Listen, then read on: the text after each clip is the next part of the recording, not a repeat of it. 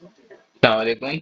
आज हम शुरू करेंगे एक्सरसाइज 5.4 और क्वेश्चन नंबर 1। अच्छा, इसमें क्या कह रहे हैं? Find the sum of the threes. एक हमें थ्रीज दी हुई है, इसका सम मालूम करना है, लेकिन कहाँ तक? अप टू एन टर्म्स तक। ठीक है, तो इनफाइनाइट सीरीज नहीं है। तो क्वेश्चन नंबर 1 हमारे पास लिखा हुआ है इस तरह के फॉर्मेट में, आप देख सकते हो। 1 1.3 डॉट का मतलब है मल्टीप्लाई, याद रखना। ये 1.3 नहीं है। फिर हैगा 3.5 मतलब 3 × 5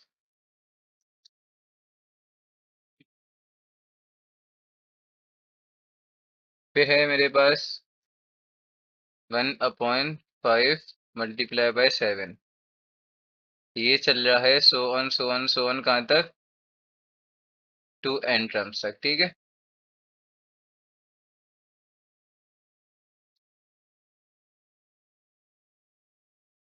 तो अब हमें क्या कह रहे हैं इस क्वेश्चन में? भाई सबसे पहले तो आप इसका सम मालूम करो।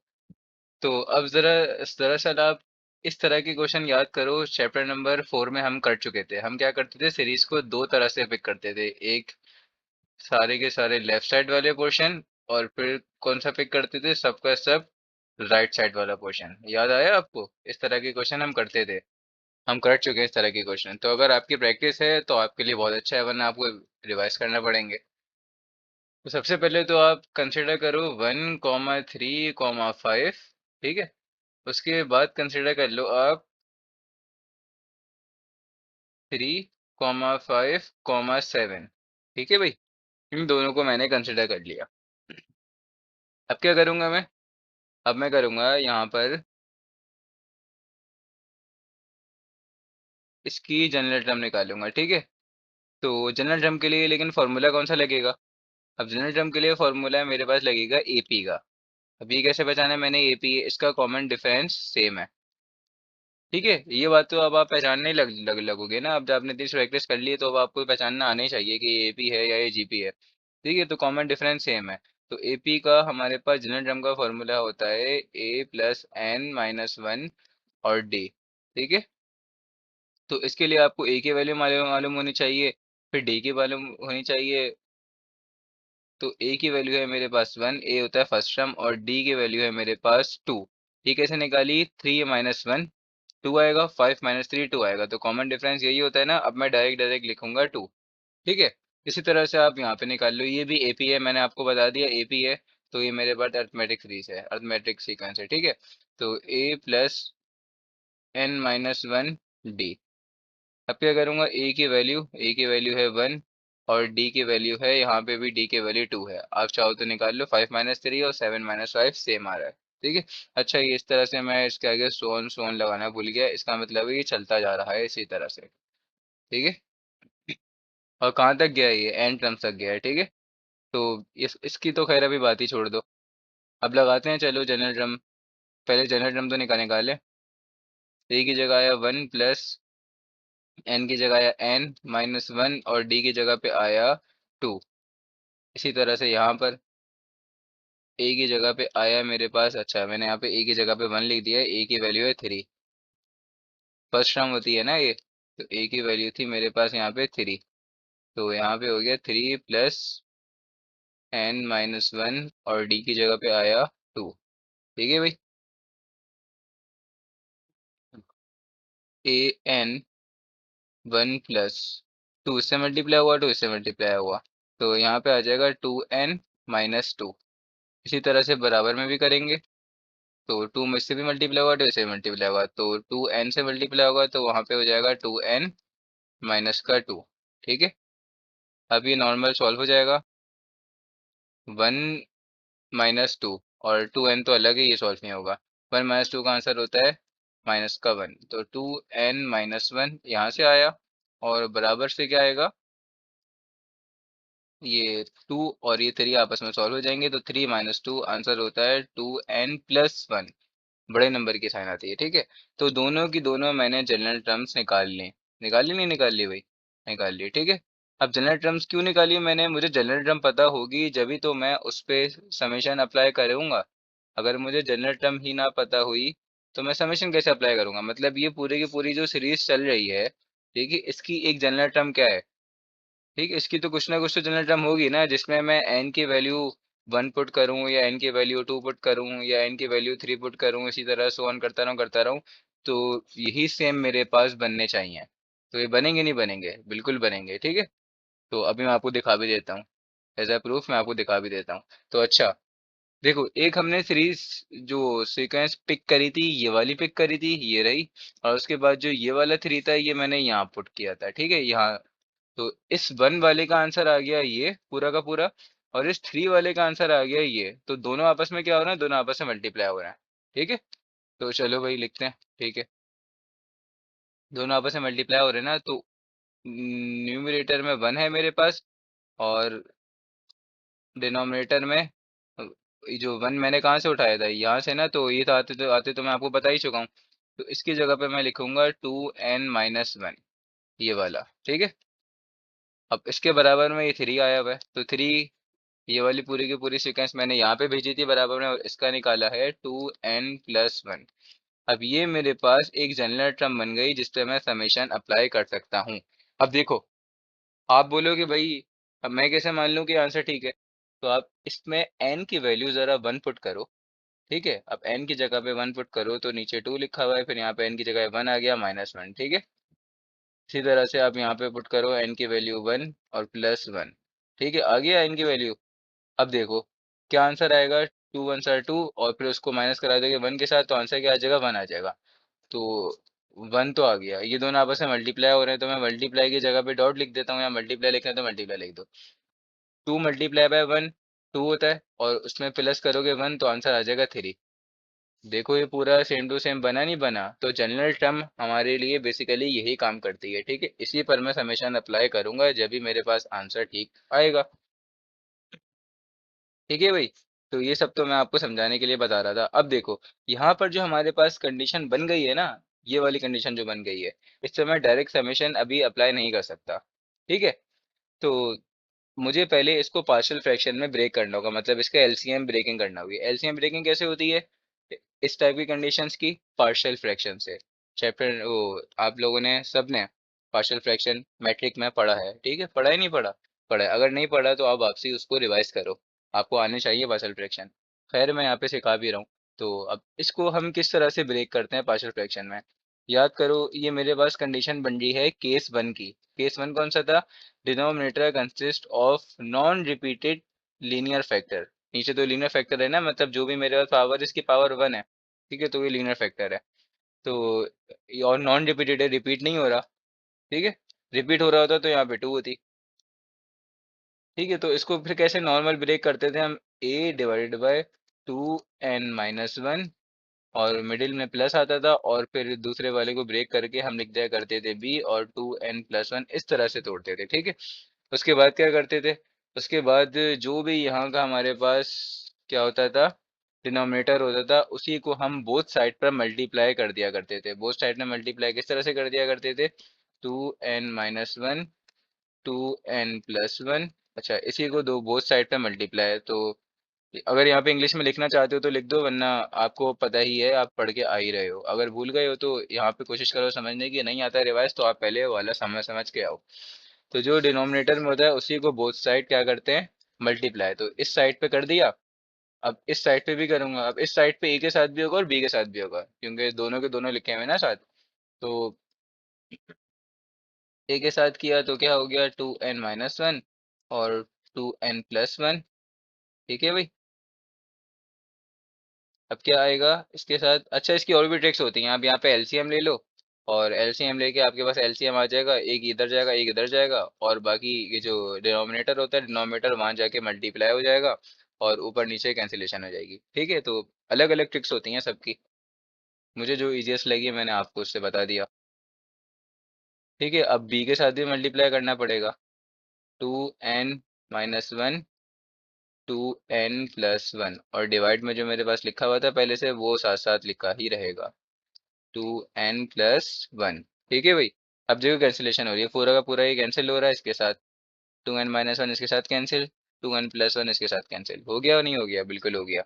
अब क्या करूंगा, यहाँ पे 1 आ गया, और a, फिर आ गया 2n+1, फिर आ गया b 2n-1। ठीक है, तो सबसे पहले हम क्या करते थे, यहाँ से n की वैल्यू फाइंड करेंगे कि भाई n की वैल्यू क्या पुट करें जिसपे ये बन जाए पूरा का पूरा जीरो बन जाए।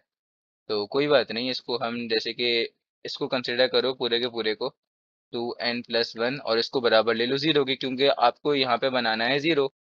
ठीक है, इस पूरे को बनाना है, क्या बनाना है, जीरो ना। तो इस पूरे को मैंने बराबर ले लिया किसके, जीरो के। अब यहाँ से n की वैल्यू फाइंड करो, n की वैल्यू कैसे फाइंड करोगे, 2n=2, वहाँ पे जाके माइनस हो गया, ये प्लस था तो वहाँ पे जाके क्या हो गया, माइनस दूसरी साइड पे आ गया। अब क्या हो रहा है मेरे पास, देखो 2 इसके साथ मल्टीप्लाई हो रहा था तो दूसरी तरफ जाके क्या हो गया, डिवाइड हो गया, तो -1/2। तो n की वैल्यू मेरे पास आई, क्या आई पहली, -1/2। तो जो n की वैल्यू मेरे पास ये आई है ना, -1/2, इसको मैं पुट कर दूंगा इसमें, इसको बना दो आप इक्वेशन नंबर ए बना दो। ठीक है, और इसको बना दो इक्वेशन नंबर 1। तो यहाँ पे लिख देते हैं पुट n=, -1/2 इन इक्वेशन 1। ठीक है भाई,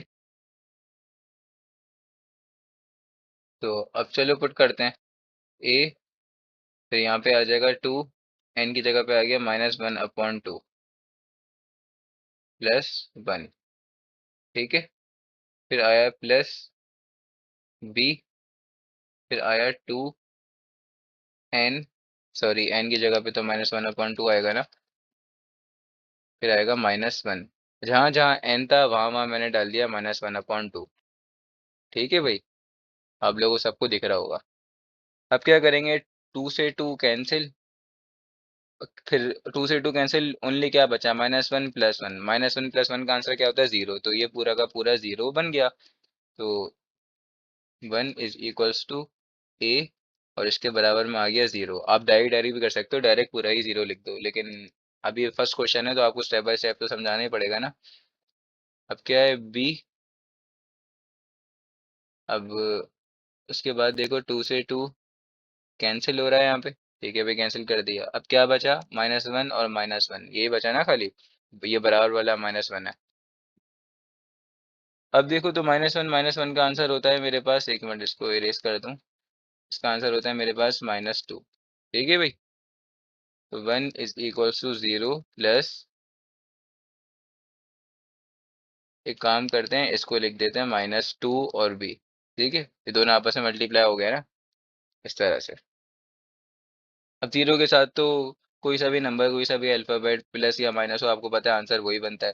तो यहाँ पे आ गया -2b, b की वैल्यू निकालनी है तो -2 को उधर मल्टीप्लाई करा दो, तो 1/2 और माइनस भी साथ जाएगा, तो यहाँ पे आपके पास b का आंसर आ गया 1/2।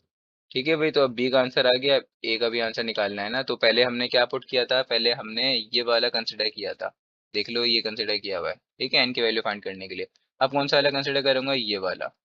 और इसको पूरा का पूरा क्या बनाना है, जीरो बनाना है, तो इसको इसी तरह से जीरो के बराबर कंसिडर करूंगा। चलो करते हैं नेक्स्ट पेज पे। ठीक है, आप यहाँ पे देख सकते हो, तो क्या कंसिडर करूँ, 2n-1, इसको कंसिडर करूंगा अब। ठीक है, 2n-1, तो बराबर में ही करेंगे क्योंकि रफ फर्क है, 2n-1 = 0, जीरो बनाना था। तो अब क्या आएगा, 2n = +1 हो गया, दूसरी साइड पे शिफ्ट हो गया, और n = 1/2। ठीक है, तो n की वैल्यू जो दूसरी मेरे पास आई वो आई 1/2। तो अब क्या पुट करूंगा, पुट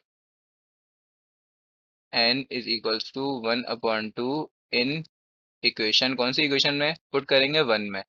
ये आप देख लो ऊपर से, वन कौन सी है और वन में क्यों पुट किया है, क्योंकि पहले भी हमने वन में ही पुट किया था और यहाँ पे हमें जीरो बनाना है इस वजह से। ठीक है भाई, चलो करते हैं, यहाँ पे लिख देते हैं 1 = ए था, और ए के बाद यहाँ पे आएगा 2, और 2 के बाद था n, दिखा देता हूँ वापसी आपको, 2 था और 2 के बाद था n। ठीक है, तो n की जगह पे क्या आ गया मेरे पास, 1/2 आ गया, 1/2 लिख दिया, और इसके बाद क्या लिखा था, +1, +1 था। ठीक है, तो +1 लिख दूंगा, +1। फिर आएगा प्लस b था, फिर इसके बाद क्या था यहाँ पे 2, ये था 2n-1 था। ठीक है, तो 2n-1, तो n की जगह पे तो 1/2 आ जाएगा, और आगे -1 आ गया। ठीक है, 2 से 2 यहाँ पे कैंसिल, तो क्या बचा, ओनली 1 + 1, तो 1 + 1 का आंसर होता है 2। अब थोड़ा सा तो डायरेक्ट डायरेक्ट करो ना, इतना तो डायरेक्ट डायरेक्ट आपको आना ही चाहिए। अब क्या बी, यहाँ पे 2 से 2 कैंसिल हो गया और यहाँ पे बचा 1 और यहाँ पे बचा 1 -1, मतलब 1 - 1 होता है 0, तो ये हो गया 0, खत्म। 1 = 2, यहाँ पे हो गया 2a, और यहाँ पे b 0 है, तो बस इसको खत्म, ऐसे भी खत्म करना चाहते थे तो ऐसे ही खत्म कर दे, b मल्टीप्लाई हुआ 0 के साथ तो 0 ही बनेगा। a का आंसर निकालना है, तो इसको इस तरह से लिख दो, 2a। ए को फाइंड करो, तो कैसे फाइंड करोगे, ए के साथ 2 यहाँ पे मल्टीप्लाई हो रहा है तो दूसरी साइड जाके डिवाइड हो जाएगा, तो आंसर बन जाएगा 1/2।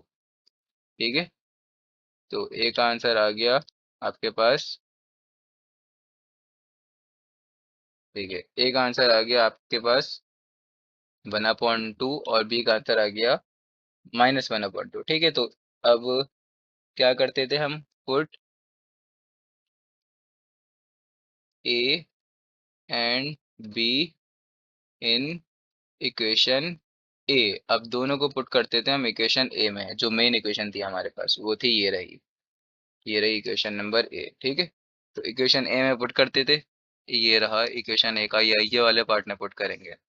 ठीक है, और ये वाले पार्ट की जगह पे क्या आज आ जाता है, पूरा का पूरा वही आएगा। चलो लिख देते हैं, कोई बात नहीं, आप घबराओ नहीं।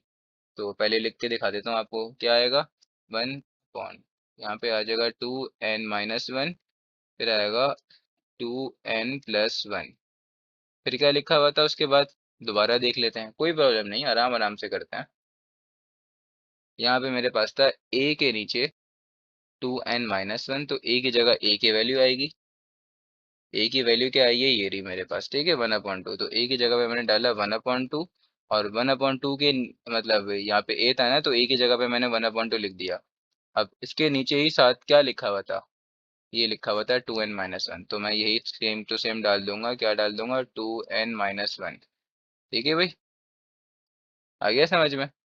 और ये वाला 1 इरेज करके कहाँ लिख देता हूँ, मिडिल में लिख देता हूँ। मिडिल में कहाँ पे, यहाँ पे, एक ही बात है ना जहाँ भी लिखूँ। इसी तरह से आएगा, प्लस बी था, अब प्लस बी, तो प्लस बी की जगह पे वैल्यू आएगी, क्या आएगी, -1/2।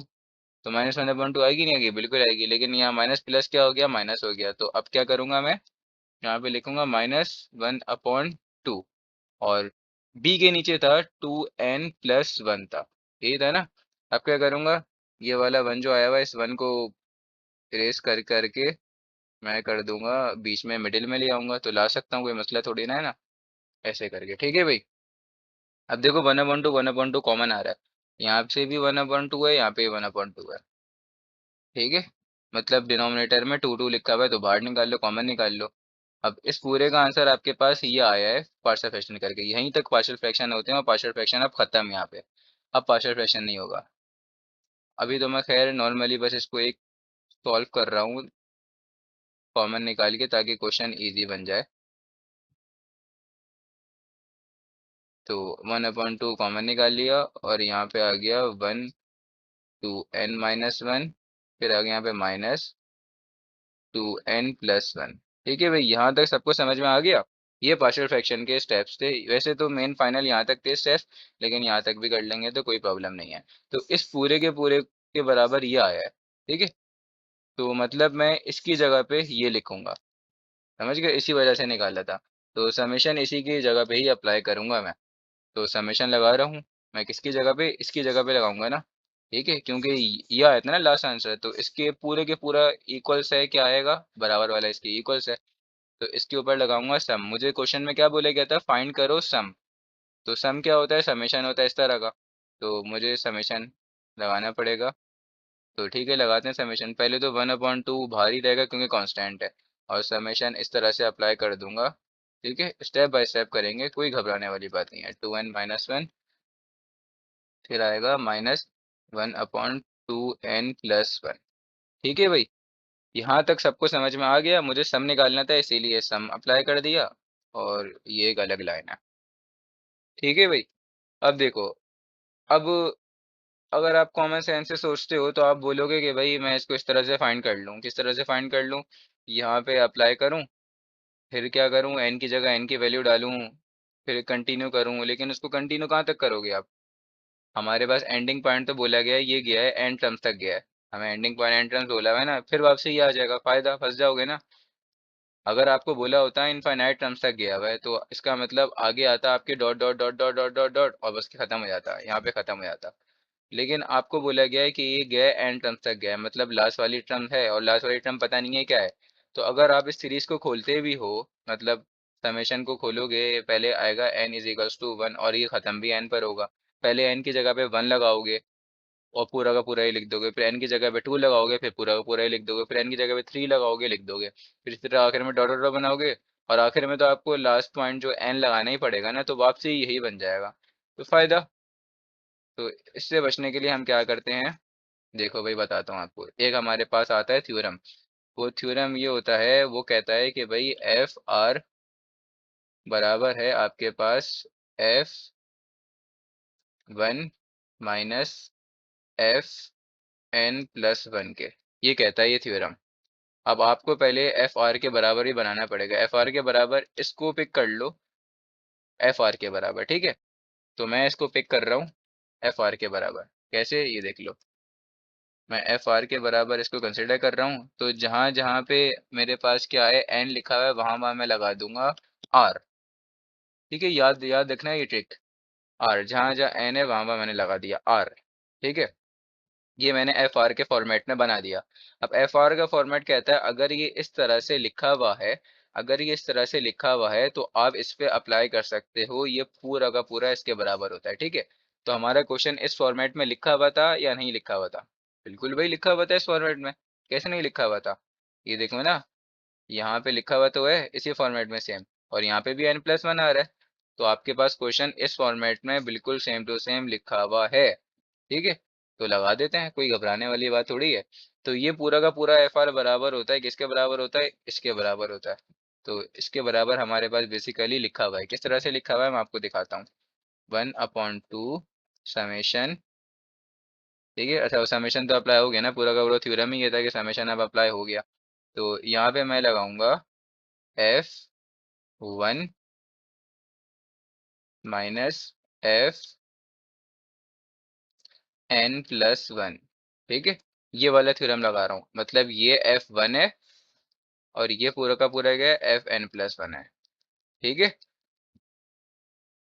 तो अब इसका मतलब क्या था? इसका मतलब यही था ना, जहां जहां एन था वहां वहां मैंने आर लिया था, अब जहां जहां आर है वहां वहां आएगा वन आएगा।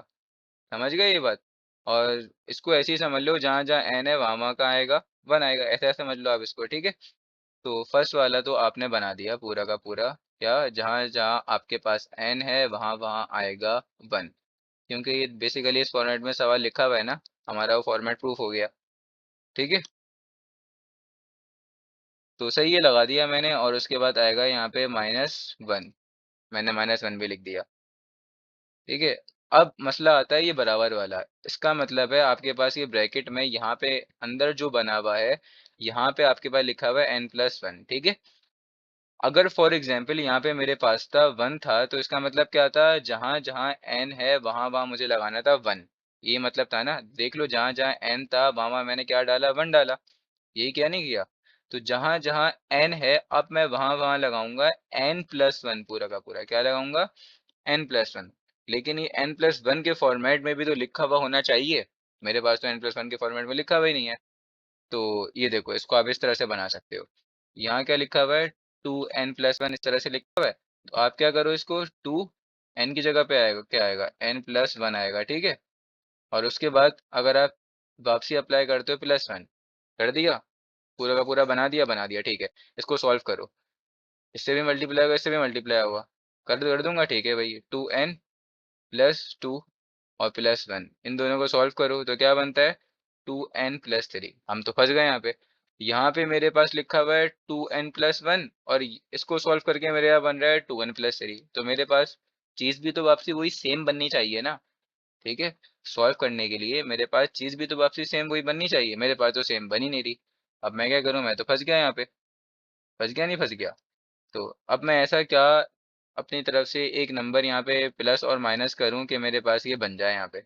तो भाई अब आपको बताता हूँ क्या नंबर प्लस और माइनस करोगे कि आपके पास n प्लस वन इस तरह से बन जाएगा। तो देखो, आपके पास डिनोमिनेटर में ये लिखा हुआ है, ठीक है भाई लिखा हुआ है। 2n इसी तरह लिख के रहने दो, लिख दिया मैंने। यहाँ पे मैं एक नया नंबर जो ऐड कर रहा हूँ वो मैं कर रहा हूँ, क्या ऐड करूँ मैं, ठीक है। अगर मैं यहाँ पे ये लगा दूँ +2, और बल्कि मैं अगर इसकी जगह पे लगा दूँ +1 और -1 ये लगा दूँ, लगा सकता हूँ ना, और उसके आगे वाला +1 लिखा हुआ है इसको ऐसे लिख दूँ, लिख दिया, ठीक है। सिर्फ एक नई ये चीज़ ऐड करी है और बाकी पूरा का पूरा सेम ऐसे लिख दिया, लिख दिया नहीं लिख दिया, लिख दिया भाई। +1 -1 जो मैंने लगाया है ये सॉल्व होके क्या बनता है, 0। तो ये स्टेप लगाना पॉसिबल है मैथ में, मैथ में कोई भी स्टेप अपनी मर्जी से नहीं लग लगता है, पॉसिबल होना चाहिए, तो पॉसिबल है। अगर मैं इसको हटा दूं तो मेरे पास कोई फर्क नहीं पड़ता, वापसी पूरा का पूरा ये सेम को सेम डिनोमिनेटर बन जाएगा भाई, ठीक है। तो अब क्या करूंगा मैं, अब फर्क बस ये पड़ रहा है कि +1 को इस +1 के साथ सॉल्व करवा दिया, जो कि बन गया +2, बन गया +2, हम्म, बन गया। और ये -1 बेचारा अकेला बच गया, इसको बेचारे को अकेला ही रहने दूंगा, रहने दे दिया। अब क्या करूंगा, 2 यहाँ से मैं कॉमन निकाल रहा हूँ और यहाँ पे बच गया n, और यहाँ पे क्या बचा, अब 2 बाहर आ गया तो बच गया n, ठीक है। और यहाँ से 2 बाहर आएगा तो क्या बच जाएगा, 1 और -1। अब देखो फॉर्मेट बना, जहाँ जहाँ 2 है वहाँ वहाँ होना चाहिए +1, बन गया। और ये वाला भी फॉर्मेट बन गया, देखो 2 आर की जगह पे क्या होना चाहिए, जहाँ जहाँ आर है वहाँ वहाँ होना चाहिए n+1, और उसके आगे माइनस, या माइनस भी आ गया। थ्योरम प्रूफ हुआ या नहीं हुआ, हो गया प्रूफ। अगर मैं फॉर एग्जांपल यहाँ पे ना ये n+1 कर भी रहा था ना पहले भी, तो ऊपर वाला सेम नहीं बन रहा था, ठीक है, ये वाला सेम, यही सेम चीज नहीं बन रही थी। और अब जरा इसको इस पर, अब जरा इसको आप सॉल्व करो, ठीक है, कैसे रफली करवा देता हूँ। 2n से भी होगा, 2 इससे भी होगा, ठीक है, 2n से भी होगा, +2 इससे भी होगा, और -1 आगे ऐसे ही आ गया। इन दोनों को सॉल्व करो, तो 2n+1, वापसी क्वेश्चन बना नहीं बना, बिल्कुल बन गया। और इससे पहले जो हमने किया था उस पे क्वेश्चन नहीं बन रहा था, ठीक है। तो इतनी बड़ी जो मैंने यहाँ पे इतनी लंबी चीज़ आपको समझाई है ना, वो बस इसीलिए ही समझाई है। इसको बना देता हूँ मैं रफ वर्क, ठीक है भाई। तो अब डिनोमिनेटर में पूरा का पूरा ये लिख दूंगा, आ गया ना, और थ्योरम मेरे पास प्रूफ हो गया।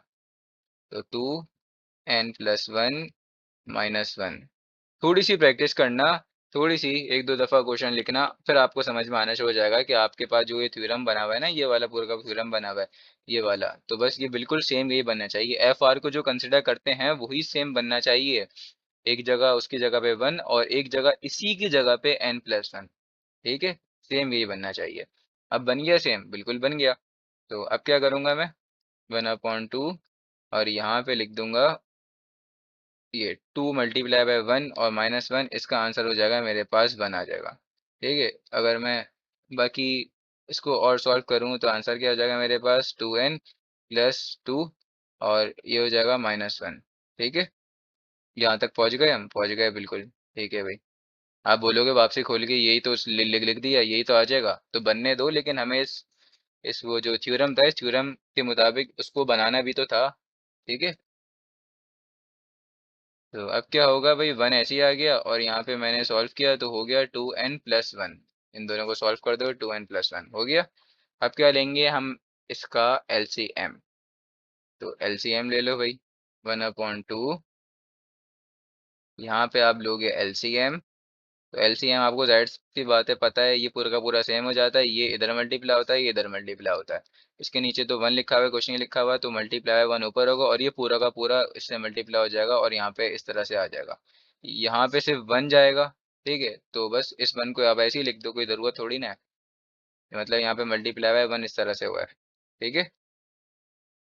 अब आगे सॉल्व करेंगे, किस तरह से करेंगे भाई सॉल्व, जो नॉर्मली सॉल्व हो रहा है बस वैसे ही सॉल्व कर देंगे, और लिख देंगे जो भी लास्ट आंसर आएगा आपका। तो यहाँ पे आ गया 2n,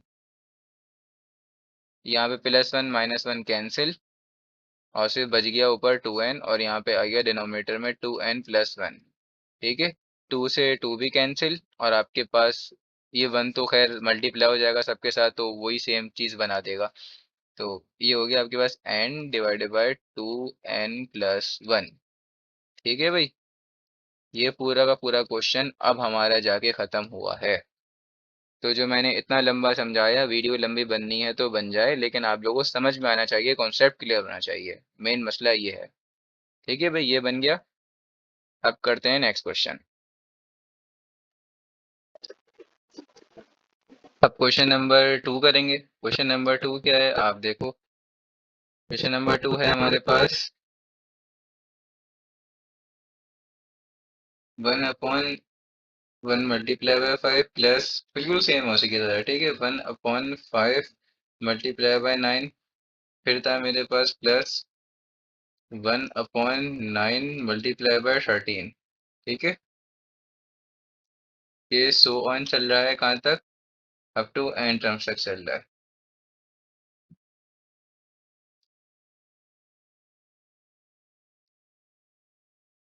ठीक है, तो सबसे पहले हमें क्या करना है, मैं पिक कर रहा हूँ 1/5/9, ये वाली टर्म्स में मैं पिक कर रहा हूँ, मैं आपको बता चुका हूँ क्यों। ठीक है, ये सब मैंने आपको पिछले क्वेश्चन में एक्सप्लेन कर रखा है।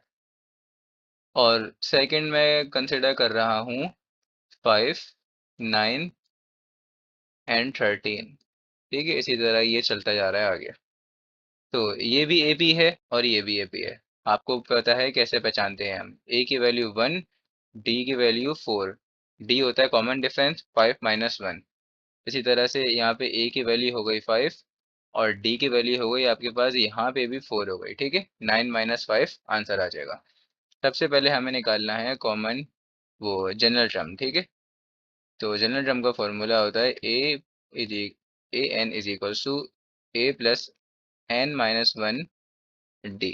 ठीक है, इसी तरह से बराबर में भी वही सेम फॉर्मूला लगाऊंगा, A+n - 1 डी। अब क्या आएगा, ए की जगह पे 1 लिखा, ए की वैल्यू, n - 1 और डी की जगह पे मैं डालूंगा डी की वैल्यू। ठीक है, इसी तरह से मैंने अब पुट किया ए की जगह पे 5, n - 1 और डी की जगह पे 4। ठीक है, अब क्या करूंगा, देखो, ये जो 1 यहाँ से उठाया था ना, और इसका आंसर मेरे पास जनरल टर्म का ये आंसर आया। बल्कि अभी आंसर नहीं आया, इसको तो और सॉल्व करना है मुझे। ठीक है, तो और सॉल्व कैसे होगा, ये प्लस 4 इससे भी मल्टीप्लाई, 4 इससे भी मल्टीप्लाई, तो 4n - 4। इसी तरह बराबर में भी होगा 5 प्लस, ये भी 4 इससे, फिर इससे 4n - 4।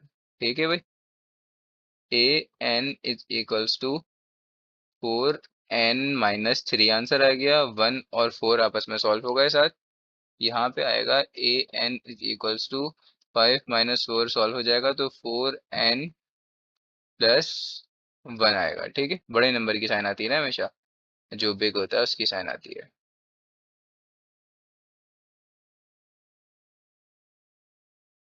ठीक है, तो अब आपको पता है, ये जो ये वाली सीक्वेंस उठाई थी मैंने यहाँ से उठाई थी, तो 1 की जगह पे इसका आंसर लिख दूंगा मैं, 1/4n - 3। फिर यहाँ पे इस 5 यहाँ से उठाया था, मतलब सॉरी सॉरी, ये 5 जो मैंने उठाया था वो यहाँ से उठाया था, और बीच में मल्टीप्लाई है तो मैंने 5 की जगह 5 ये वाले का आंसर लिखूंगा, और मल्टीप्लाई है तो मल्टीप्लाई ही आएगा बीच में, ब्रैकेट का मतलब मल्टीप्लाई ही होता है, 4n+1। ठीक है, अब ये आपके पास बन गया है पार्शियल फ्रैक्शन वाली कंडीशन, तो हम इसका लेंगे पार्शियल फ्रैक्शन। ठीक है, तो पार्शियल फ्रैक्शन कैसे लेते हैं आपको बता चुका हूँ, अब मैं इतनी ज़्यादा डिटेल्स में नहीं बताऊंगा।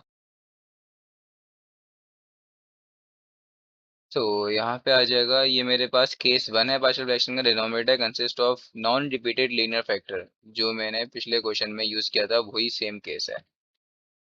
ठीक है, तो ये हो गया 4n+1।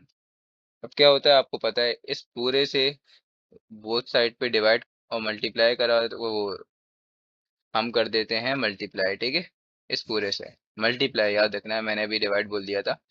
तो यहाँ पे अगर ऊपर लिखोगे सेम टू सेम ये लिख दोगे तो क्या होगा, कैंसिल हो जाएगा और ये भी कैंसिल हो जाएगा, तो क्या बच जाएगा, ओनली 1 बच जाएगा। ठीक है, तो मैं यहाँ पे लिख रहा हूँ 1। अब यहाँ पे देखो, यहाँ पे पूरा का पूरा मल्टीप्लाई होगा तो क्या हो जाएगा, 4n-3 से 4n-3 कट जाएगा। चलो आपको लिख के दिखा ही देते हैं, कोई मसला नहीं, टेंशन वाली कोई बात नहीं, आपको लिख के दिखा देते हैं। ठीक है। और यहाँ पे क्या आएगा, 4n+1 आएगा, आ गया।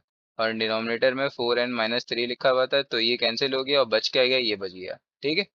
तो इस तरह से अब मैं डायरेक्ट लिख रहा हूँ, क्या लिखूँ, 4n+1 आएगा खाली। ठीक है, क्योंकि 4n-3 इससे कट जाएगा। ये वाले में क्या होगा, 4n+1 इससे 4n+1 से कट जाएगा तो बराबर में क्या आएगा, प्लस बी, यहाँ पे आएगा 4n-3। ठीक है भाई, ये हो गया यहाँ तक। अब ये बन गई इक्वेशन नंबर ए और ये बन गई इक्वेशन नंबर 1। अब क्या करूँ, अब यहाँ से n की वैल्यू फाइंड करो तो पहले कंसिडर कर लो 4n+1 को 0 के बराबर, इसको। ठीक है, तो 0 के बराबर कंसिडर कर लिया। अब n की वैल्यू यहाँ से फाइंड करो, ये -1 हो गया, फिर n वहाँ पे 4 के साथ मल्टीप्लाई हो रहा है तो यहाँ पे 4 डिवाइड हो जाएगा दूसरी साइड पे जाके, और ये आपके पास n की वैल्यू आ गई। ठीक है, n की वैल्यू ये आपके पास आ गई। अब क्या करेंगे हम, अब करेंगे put n is equals to -1/4 in equation 1। 1 is equals to A. जाहिर सी बात है, अगर इसकी जगह पे ही मैंने पुट किया था 0 तो ये तो बन जाएगा 0, और ये बनना चाहिए। कैसे बनना चाहिए देख लो, मैं n की जगह पे -1/4 पुट कर दूंगा, +1 आ जाएगा। यहाँ पे भी 4 n की जगह पे -1/4 पुट कर दूंगा और -3। ठीक है, 4 से 4 कैंसिल, ऊपर बच गया -1 +1, -1 + 1 का आंसर होता है 0। तो बन गया 0। आप चाहते तो ये लिखने से पहले डायरेक्ट ही 0 कर देते, आपका हाथ सेट होना चाहिए पार्शियल फ्रैक्शन में। ठीक है, यहाँ पे 4 से 4 कैंसिल, तो यहाँ पे -1 -3, इसका आंसर हो जाएगा -4। तो b की वैल्यू आई आपके पास -4, ये हो गया 0, और यहाँ पे हो गया -4 भी।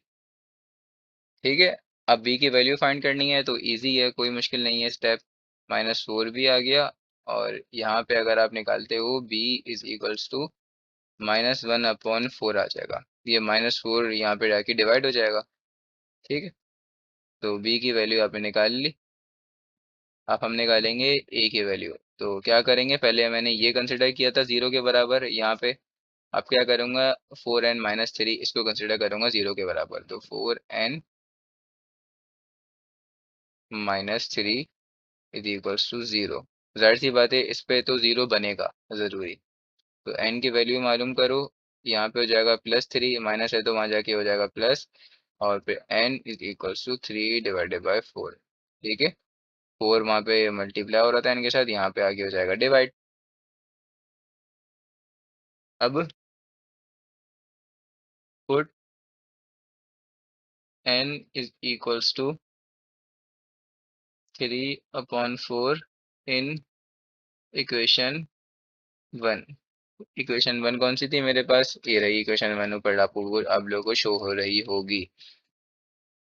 तो 4 n की जगह पे आएगा 3/4 +1, ये रही इक्वेशन नंबर 1। ठीक है, तो प्लस b की जगह पे b ही रहेगा। अब यहाँ पे क्या करोगे आप, ये तो पूरा का पूरा 0 बन जाएगा, आपको पता होना चाहिए। ठीक है, ये हो जाएगा 3/4 -3। 4 से 4 कैंसिल, यहाँ पे आया 3 - 3, तो ये जाहिर सी बात है 0 बन जाएगा। ये वाला करते हैं, 4 से 4 कैंसिल, यहाँ पे बचा ओनली 3, तो 3+1, 3+1 का आंसर होता है 4। तो यहाँ पे आ जाएगा आपके पास 1 इज इक्वल्स टू A4। ठीक है, मैंने दिखा दिया कैसे हुआ था। अगर नहीं समझ में आया तो वीडियो को आप बैक करके देख सकते हो, और यहाँ पे 0 कैसे आया ये भी मैंने बताया आपको। यहाँ पे आ जाएगा 1 इज इक्वल्स टू A4, इसको 4A लिख देते हैं। 4A, ए का आंसर निकालना है तो ए का आंसर आएगा 1/4। यहाँ पे 4 डिवाइड मल्टीप्लाई हो रहा है, दूसरी साइड पे जाके हो जाएगा डिवाइड। ठीक है, तो अब क्या करेंगे, put A and B in equation. कौन सी इक्वेशन में पुट करते थे ए और B, put A and B in equation A, जो मेन इक्वेशन थी, मेन इक्वेशन ये रही है हमारे पास ए। ठीक है, तो पहले तो यहाँ पे देख लो क्या लिखा हुआ है पूरा का पूरा। 1 4 n-3, 4n+1, 4n-3, 4n+1, ठीक है, इज इक्वल्स टू ए था। तो ए की जगह मैंने क्या आंसर निकाला, ये रहा 1/4। तो ए की जगह लिख दिया 1/4 और आगे लिख दिया 4n-3, यही लिखा हुआ था डिवाइड में, बिल्कुल यही ऐसे लिखा हुआ था, आप देख सकते हो। ए की जगह ए आया और नीचे डिवाइड में 4n-3 आ गया। ठीक है, अब बी की जगह बी आएगा और 4n+3 उसके बराबर में आ जाएगा, अगर डिनोमिनेटर में लिखा हुआ है मेरे पास नंबर इस तरह का। तो बी का आंसर आया था -1/4 ना। तो देखो प्लस बी इस तरह से लिखा हुआ था, तो बी की जगह पे मैंने लिख दिया -1/4 लिख दिया इस तरह से। तो माइनस प्लस माइनस, तो मैं डायरेक्ट माइनस लिख सकता हूँ ना ऐसे, या -1/4 और उसके साथ आएगा 4n+1। ठीक है, आप देख सकते हो ऊपर से मेंशन किया हुआ है मैंने सब कुछ। अब क्या होगा, 1/4 कॉमन, पार्शियल फ्रैक्शन यहाँ पे खत्म हो गया। अगर पार्शियल फ्रैक्शन आपको निकालने का बोले, जैसे फॉर एग्जांपल क्लास मैट्रिक में बोला गया था, तो हम यहीं पे क्वेश्चन एंड कर दिया करते थे।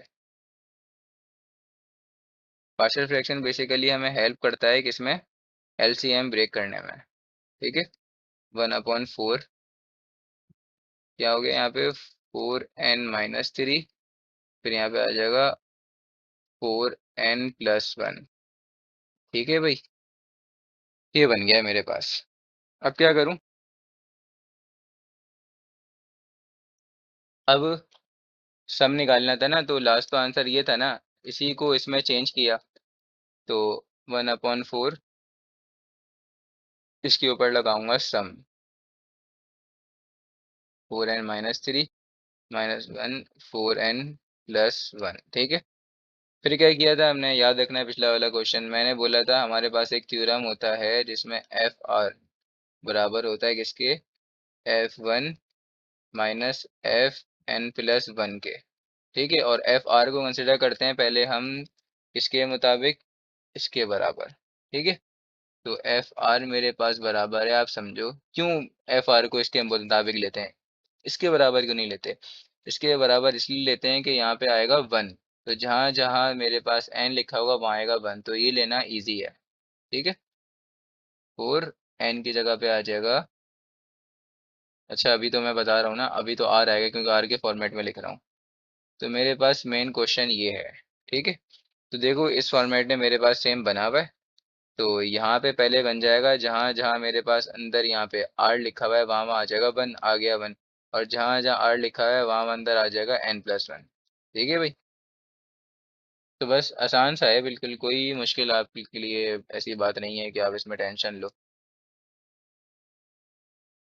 अच्छा, अब तो सम मैंने अप्लाई कर दिया ना, तो सम अप्लाई करने के बाद क्या बन रहा है आपके पास,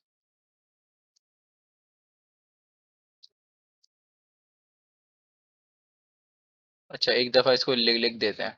1/4 यहाँ पे आएगा F1 -Fn+1। ठीक है भाई, फिर क्या आएगा यहाँ पे, इसकी ट्रिक्स होती हैं, आप ट्रिक्स चाहो तो ट्रिक से भी कर लो। ठीक है, तो एफ एन क्या है, तो वो F1 क्या है, तो जहाँ जहाँ मेरे पास यहाँ पे R लिखा हुआ है यहाँ से देख लो। ठीक है, क्योंकि वो भी तो उसी से बनाया था, -3 लगा दिया। अब जहाँ जहाँ मेरे पास R है वहाँ वहाँ मुझे बनाना पड़ेगा n+1।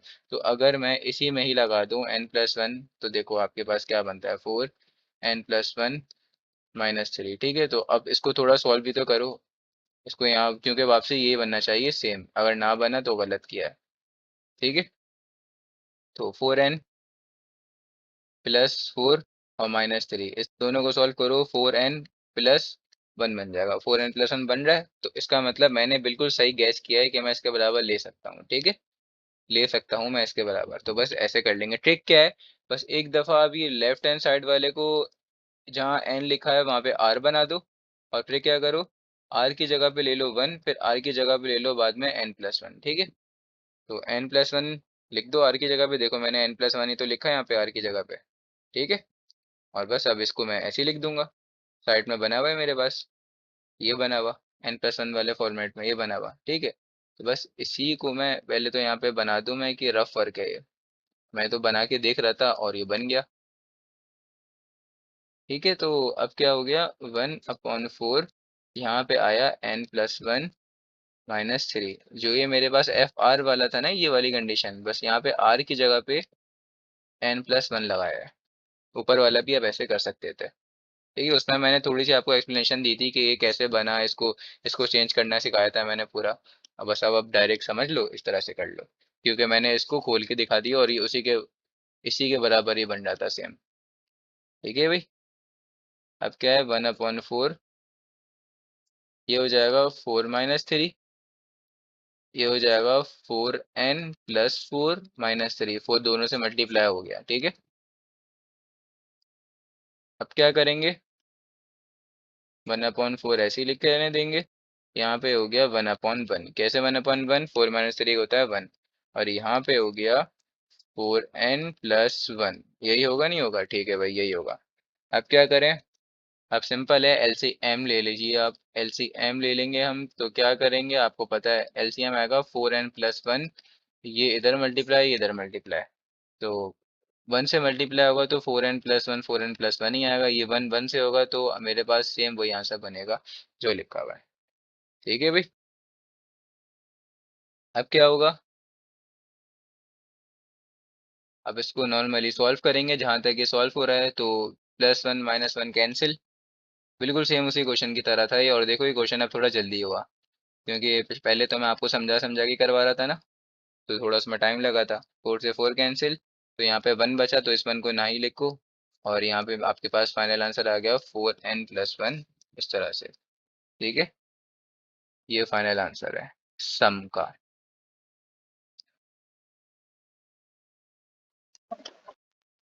अब हम करेंगे क्वेश्चन नंबर 3, ठीक है। क्वेश्चन नंबर 3 में भी हमें एक सीरीज दी गई है, लेकिन यहाँ पे हमें एंड पॉइंट नहीं दिया गया, हमें बोला है कि इन्फिनिटी तक चलती जा रही है। इन्फिनिटी मतलब ये सीरीज सो ऑन चलती जा रही है, इसका कोई एंडिंग पॉइंट नहीं है, ठीक है। और इन्फिनिटी को कहते हैं एक बहुत बड़ा नंबर, ठीक है। इनफाइनाइट फाइनाइट आप समझ जाओगे ना, मतलब आपको समझ में आ रहा है ना इसका। अब क्या है मेरे पास, इस तरह से कुछ क्वेश्चन लिखा हुआ है, 5, ये पॉइंट नहीं है, ये मल्टीप्लाई है, ठीक है। इसके बाद है 1 9 13 और 17। अब देखो, सबसे पहले मैं कंसिडर कर रहा हूँ 1 5 और 9, वही वाला जो मैंने पीछे दो क्वेश्चन किए उसी की तरह ही मैं 1 5 9 कंसिडर कर रहा हूँ। कहाँ से, ये 1 ये 5 ये 9, ठीक है। यहाँ पे कंसिडर कर लिया और ऐसे सो वन इसको चला दिया। अच्छा, यहाँ पे मैं लगाना भूल गया, प्लस ये सीरीज सो वन चलती जा रही थी, ये रुक नहीं रही थी। अब क्या होगा, इसी तरह से मैं 5 कंसिडर करूंगा, फिर 9 कंसिडर करूंगा, फिर 13 कंसिडर करूंगा, तो 5 9 एंड 13। इसी तरह से अब मैं कंसिडर करूंगा 9 13 एंड 17, तो 9 13 एंड 17, और ये भी सो ऑन चलती जा रही है, ठीक है।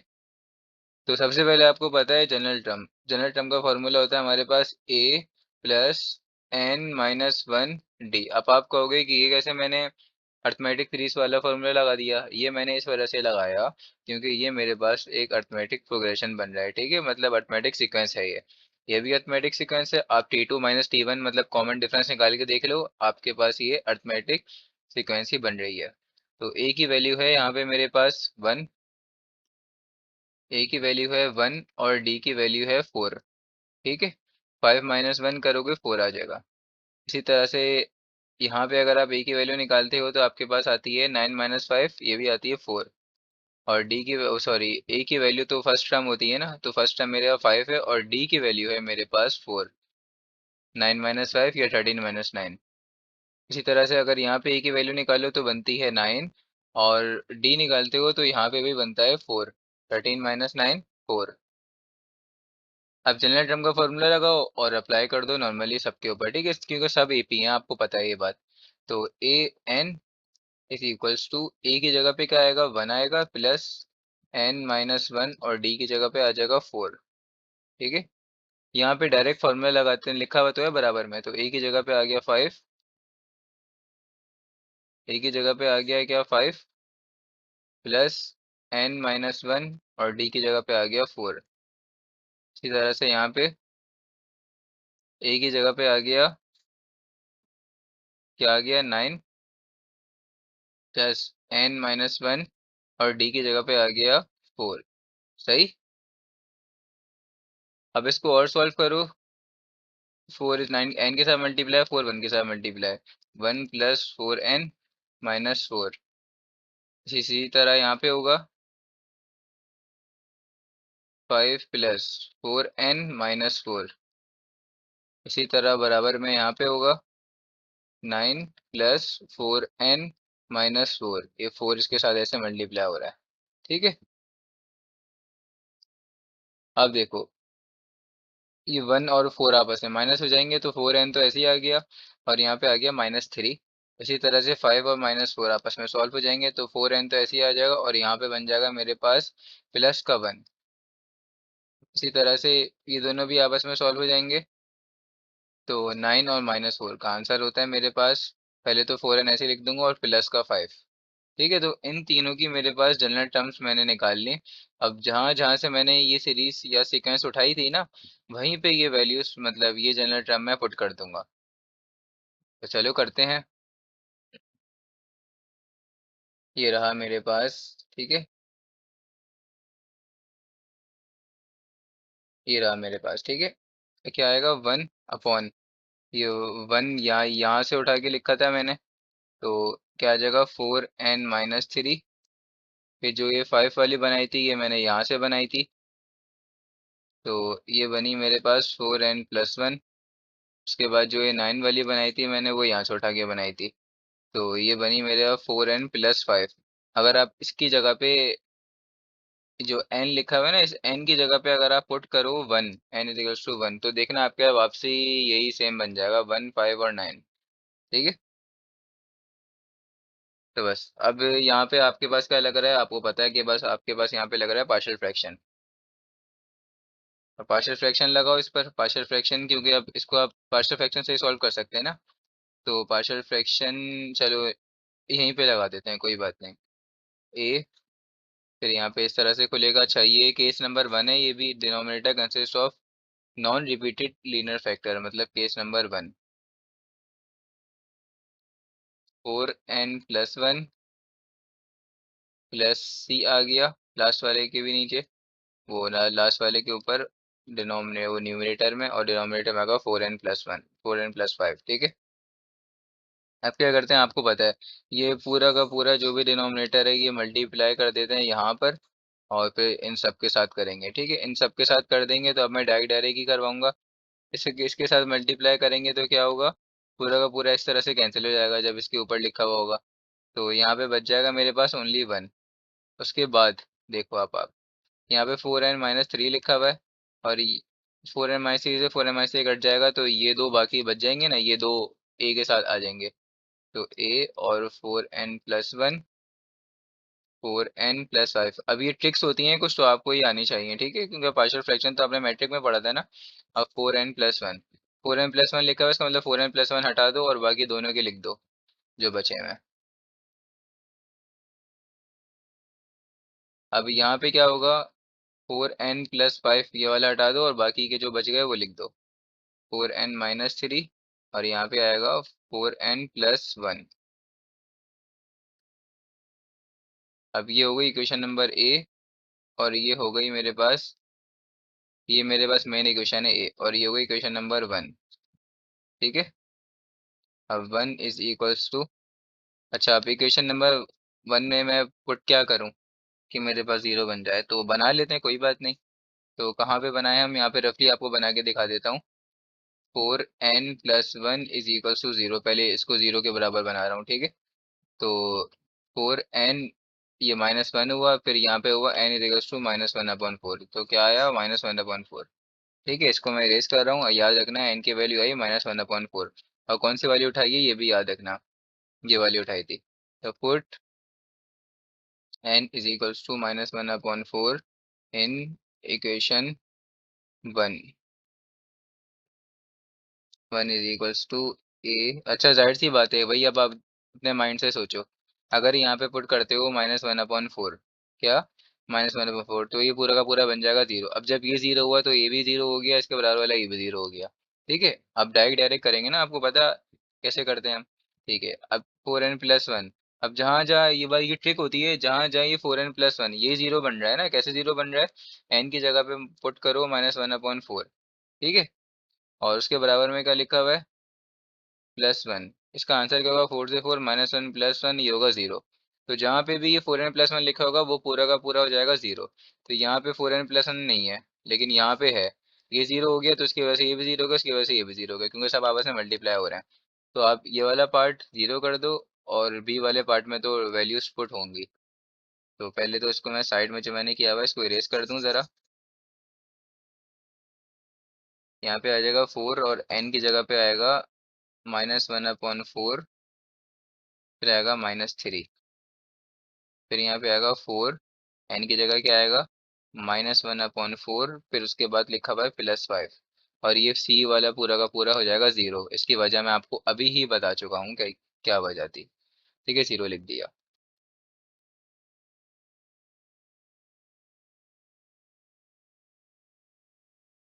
इसको थोड़ा सा सॉल्व कर दो, 4 से 4 कैंसिल। ठीक है, तो क्या बचा यहाँ पे, -1 और -3, -1 और -3 का आंसर होता है -4। ठीक है, उसके बाद ब्रैकेट बना हुआ है, यहाँ पे 4 से 4 कैंसिल हुआ और बचा -1, और यहाँ पे बचा +5। तो -1 + 5 का आंसर होता है प्लस का 4। तो सिर्फ 4 इस तरह से लिख दो। अच्छा, ये तो खत्म हो गया था ना, प्लस का जीरो। अब क्या होगा, 1 = -16b, 4 मल्टीप्लाई बाय 4, -16 हो गया, और b आ गया। b की वैल्यू निकालनी है, तो b को यहीं रहने दो, और क्या करोगे, 1/-16, इसको यहाँ पे भेज दो पूरा का पूरा। ठीक है, तो b का आंसर आ गया माइनस का 1/16। सही है। इसी तरह बी का निकाल लिया, अब आप निकालेंगे, किसका निकालेंगे, ए का निकालेंगे। ठीक है, तो अब चलो ए का निकालते हैं। जरूरी नहीं है, अब ये देखो, ए का निकालो बी का निकालो, जिसका भी पहले हमने इसको जीरो बनाया था ना, अब इसको जीरो बनाएंगे। ठीक है, 4n+5। अब यहाँ से भी देख देख सकते हो, मैंने पहले किसको, इसको पहले जीरो बनाया, अब इसकी बारी आएगी, फिर इसकी बारी आएगी। तो कोई सा भी बना दो, 4n+5 is equals to zero, इसको बना रहा हूँ जीरो। ठीक है, तो क्या हो जाएगा यहाँ पे, 4n इज इक्वल्स टू -5 हुआ, फिर क्या होगा यहाँ पर, n के साथ 4 मल्टीप्लाई हो रहा है, तो दूसरी साइड पे जाके हो जाएगा डिवाइड। तो यहाँ पे बन जाएगा मेरे पास n इज इक्वल्स टू -5/4। ठीक है भाई, तो n की वैल्यू दूसरी भी निकाल ली हमने, जो कि आ रही है -5/4, याद रखना है वैल्यू। आप चाहो तो रफली लिख सकते हो, जो मैंने आपको अभी अभी लिखवाया था। तो क्या लिखूंगा, put n is equals to -5/4। ठीक है, -5/4 इन इक्वेशन 1। इक्वेशन 1 ऊपर लिखी हुई है, थोड़ा सा ही नीचे करते हैं ताकि इक्वेशन 4 आप लोगों को नजर आ रही हो। तो पता है आपको, ये वाला जीरो बनाया था ना हमने। ठीक है, तो इसको रफली दिखा भी देता हूँ, 4n+5 ये लिखा हुआ है। अब जहाँ जहाँ n है वहाँ वहाँ में पुट करना है -5/4। तो अगर मैं यहाँ पे पुट करूँगा, तो मेरे पास -5/4 इस तरह से बन जाएगा 4 से 4 कैंसिल, -5 + 5 ये बच गया, इसका आंसर होता है जीरो। तो ये जीरो, इसकी वजह से ये भी जीरो, इसकी वजह से ए पूरा का पूरा जीरो हो गया। ठीक है, अब 4n+5 ये जीरो हुआ ना, तो और कहाँ लिखा हुआ है 4n+5, यहाँ भी लिखा हुआ है, इसका मतलब ये भी जीरो होगा, n-0 -5/4 पुट करने पर। ठीक है, तो उसकी वजह से ये भी जीरो, उसकी वजह से ये भी जीरो, मतलब बी भी पूरा का पूरा जीरो हो गया। और 4n+5 यहाँ कहीं नहीं लिखा हुआ, तो इसका मतलब ये दोनों तो बाकी जीरो हो गए, और वहाँ पे मेरे पास सॉल्यूशन आएगा अभी। ठीक है, तो वहाँ पे सॉल्यूशन हमें लगाऊंगा। अभी बस ये बात माइंड में रखो, जहाँ जहाँ मेरे पास 4n+5 है वो पूरा का पूरा हो गया जीरो। तो ए तो हो गया यहाँ पे जीरो। ठीक है भाई, ए को कर देता हूँ यहाँ पे जीरो, मतलब ए को भी मिटा देता हूँ। तो ए पूरा का पूरा जीरो हो गया, प्लस बी के साथ भी लिखा हुआ है ये जीरो, तो ये जीरो, फिर ये भी जीरो, सब मल्टीप्लाई हो रहे हैं ना आपस में, तो जीरो हो गए। अब सी आ गया, तो सी वाला नहीं होगा क्योंकि सी के साथ 4n+5 नहीं लिखा हुआ। तो n की जगह पे क्या आ गया, -5/4 -3। फिर क्या आएगा, एक और 4, यहाँ से दिख रहा हूँ देखिए 4, और उसके बाद क्या है n की जगह पे आएगा -5/4 +1। ठीक है, ये 5/4 था, +1। ठीक है, अब कैसे सॉल्व करेंगे इसको, आप देखो। 1 = सी, 4 से 4 कैंसिल, -5 और -3 बच गया। -5 -3 का आंसर होता है -8, तो यहाँ पे आ गया -8। अब क्या होगा, 4 से 4 कैंसिल, -5 +1, -5 + 1 का आंसर होता है -4। ठीक है, तो -4 आ गया। 1 = 8 4 = 32, और यहाँ पे हो जाएगा आपके पास प्लस का 32, तो 32। और सी की वैल्यू निकालनी है, तो सी को यहीं रहने दो, 32 यहाँ पे मल्टीप्लाई हो रहा है, दूसरी साइड पे जाके हो जाएगा डिवाइड। तो 1/32, सी का भी आंसर मेरे पास आ गया। ठीक है भाई, आ गया सी का भी आंसर। अब क्या करना है, एक आंसर निकालना है, तो चलो एक अभी निकालते हैं आंसर। तो पहले मैंने क्या किया था, इसको जीरो बना दिया था, इसको जीरो, मतलब ये दोनों मैं जीरो बना चुका हूँ, अब इसकी बारी है। ठीक है, तो इसको जीरो के बराबर रखो, कैसे, 4n-3 = 0। तो क्या होगा, 4n = यहाँ पे प्लस का 3 है तो वहाँ जाके माइनस का 3 है तो प्लस का 3 हो गया। उसके बाद n = 3/4, ये बन गया। तो n की जगह पे अब क्या पुट करूंगा, 3/4। याद रखना है ये बात, n की जगह पे पुट होगा 3/4।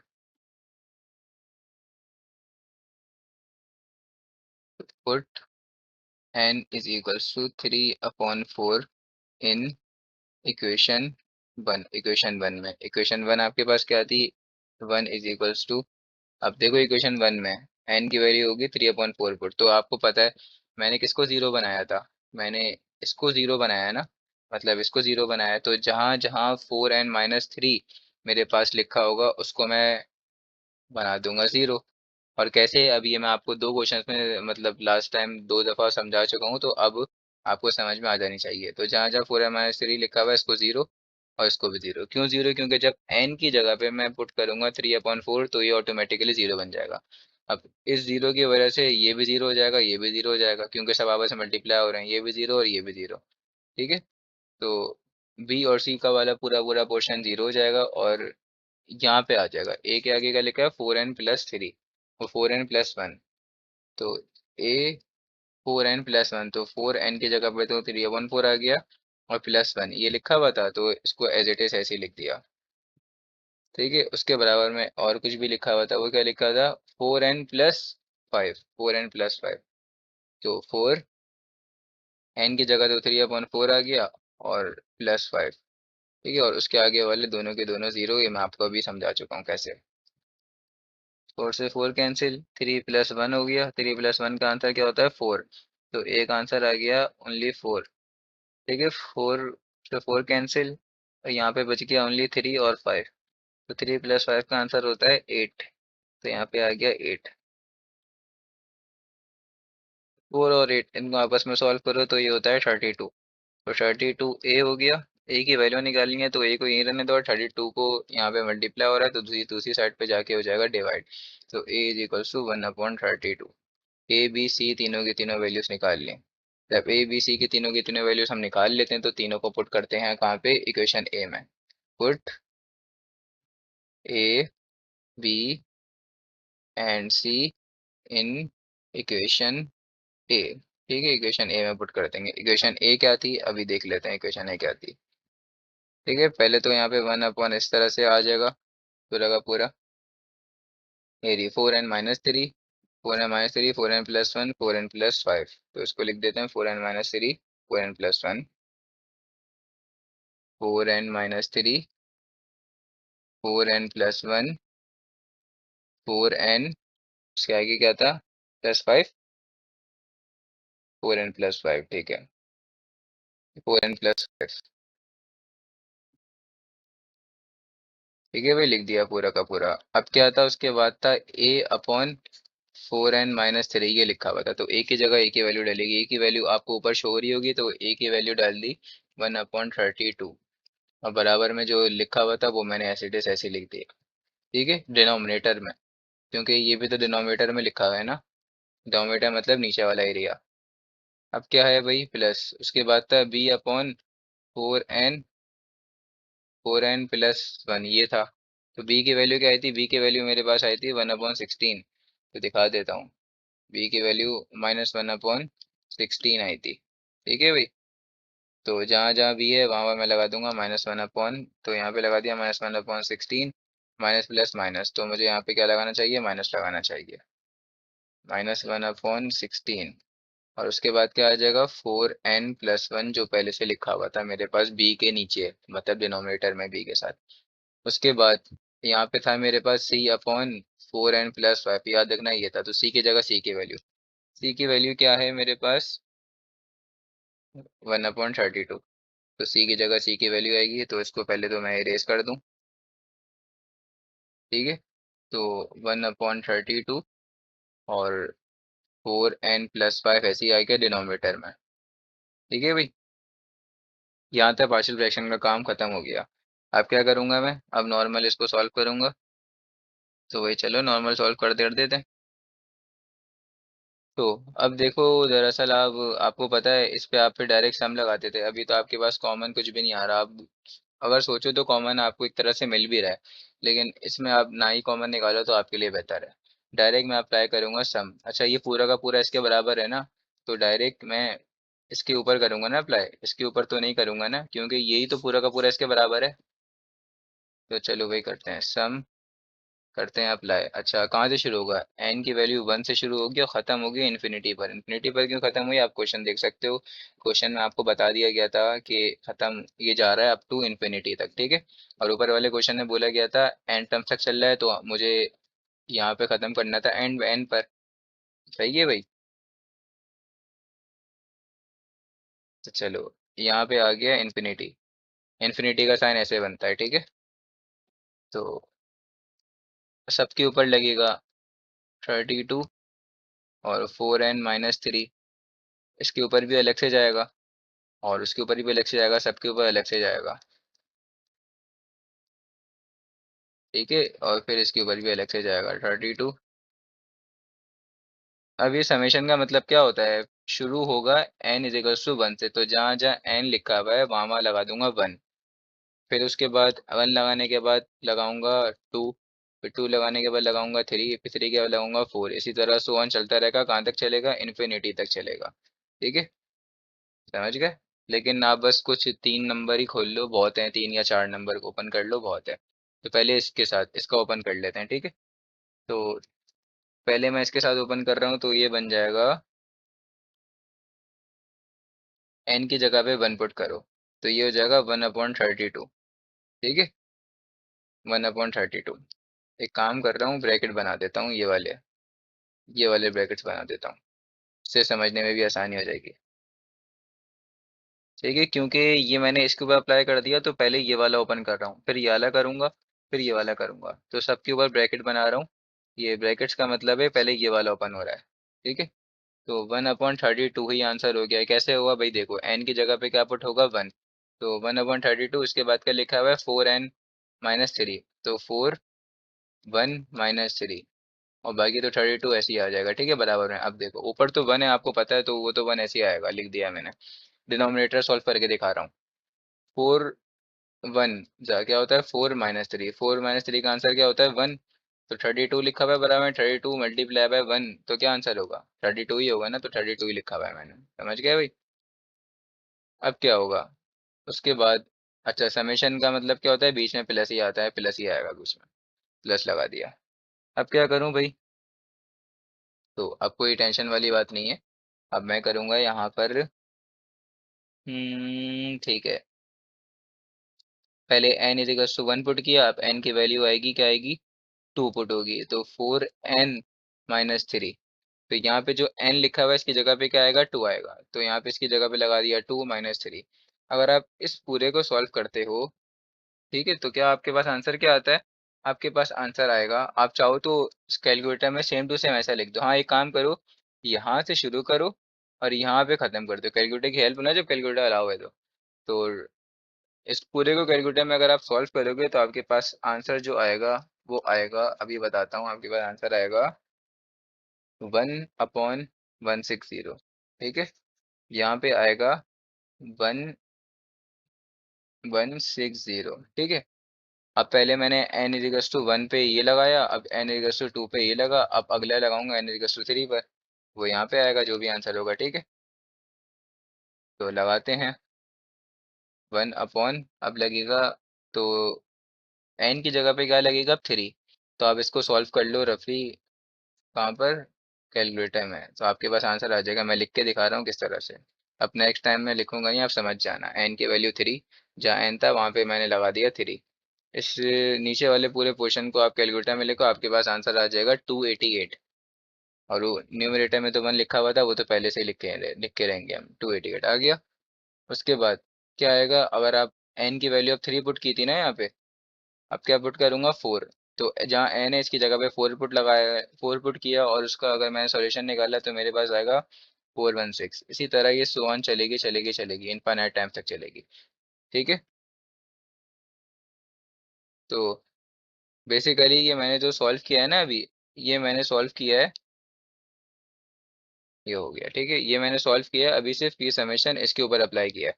अब समेशन जाएगा इसके ऊपर, तो इसका भी खोलो भाई, पहले तो माइनस की साइन बाहर है तो माइनस के साइन को बाहर रहने दो। ठीक है, और इसके ऊपर लगाता हूँ, तो सबसे पहले जब n की जगह पे लगेगा 1, तो इसका आंसर बनेगा मेरे पास 1/80। n की जगह पे क्या लगेगा, 1 लगा के दिखा देता हूँ, कोई बात नहीं, वीडियो लंबी बन रही है तो बनने दो, लेकिन आप लोग को समझ में आना चाहिए, बात में कोई कंफ्यूजन ना हो। 1 लगा दिया, +1, इस पूरे को कैलकुलेटर में लिख दो, आपके पास आंसर आ जाएगा 80। कैसे, ये हो जाएगा 4 मल्टीप्लाई बाय 1, 4, और ये हो जाएगा पूरा का पूरा, ही हो गया 5, 5 मल्टीप्लाई बाय 16 जो हो जाएगा 80। ठीक है भाई, समझ गए? अब 1 पुट कर दिया, तो 1 के बाद क्या पुट करूंगा, 2। ये n इक्वल्स टू 1 पुट किया, अब इसके बाद क्या पुट करूंगा, n इक्वल्स टू 2। तो बीच में तो प्लस ही आएगा, यहाँ बाहर माइनस की साइन लिख दी है जो ये यहाँ थी। तो अब अगर 2 पुट करोगे, मतलब 2 कहाँ पुट करोगे, जो n है इसकी जगह पे आप पुट करोगे 2, और कैलकुलेटर में लिखोगे तो आपके पास आंसर आएगा 144। ठीक है, फिर प्लस, अब यहाँ पे n है तो यहाँ पे इसकी जगह पे अब लगाओगे 3, पहले लगाया था 2। तो फिर कैलकुलेटर में सॉल्व करोगे तो आपके पास आंसर आएगा 1/208। ठीक है, इसी तरह से फिर कैलकुलेटर में सॉल्व करोगे तो आपके पास आंसर जो है वो आएगा इसका, अगर आप यहाँ पे क्या लगाओगे, 4 लगाओगे। ठीक है, तो आपके पास आंसर आएगा 1/272। बस इतना बहुत है, इतना चला लेते हैं। ठीक है, अब लास्ट वाली पे भी तो बचा हुआ है, अब इस पे भी तो अप्लाई होगा, ये वाली 3 इस पे भी अप्लाई होगा। ठीक है भाई, इस पे भी अप्लाई कर लेते हैं। बाहर तो प्लस है तो बाहर प्लस लगा देंगे, फिर ब्रैकेट, तो यहाँ पे हो जाएगा 1/32। अब जहाँ जहाँ n है वहाँ वहाँ मुझे क्या पुट करना है, 1। सबसे पहले तो 1 से ही शुरू होगी ना, बताया हुआ है यहाँ पे। तो इसको ऐसे सॉल्व करेंगे, 1/32 ब्रैकेट 4, फिर 1, फिर +5, इसको पूरे को कैलकुलेटर में लिख दो यहाँ से लेके यहाँ तक। आंसर आएगा आपके पास, वैसे कैसे होगा सॉल्व, 4 मल्टीप्लाई बाय 1, 4, +5, 4 +5 का आंसर होता है 9। तो 9, 9 मल्टीप्लाई बाय 32, और जो भी आंसर आएगा वो आपके पास आंसर होगा, आपके पास आएगा 288। ठीक है, तो इसका अगर आप लगाते हो तो आपके पास बनेगा 1/288। ठीक है, उसके बाद अभी मैंने 1 लगाया था, अब यहाँ पे लगाऊंगा 2 n की जगह पे, तो आपके पास 2 लगाओगे तो फिर आंसर आएगा इसका 1/416। ठीक है, फिर अगर 3 लगाओगे यहाँ पे तो आपके पास आंसर आएगा इसका 1/544। फिर अगर 4 लगाओगे इसकी जगह पे तो आपके पास आंसर आएगा 1/672। ठीक है, इसी तरह ये सो ऑन चलता जाएगा, ये रुकेगा नहीं, इनफाइनाइट टाइम चल रहा है। अब इसको सॉल्व कैसे करना है, बस अब पूरा का पूरा आपने सॉल्यूशन कर लिया। अब आपको क्या करना है, बस यहाँ पे एक फाइनल आंसर लिखना है। फाइनल आंसर कैसे आएगा, अब आप पहले तो पहचानो, देखो भाई, इसकी एक ट्रिक है।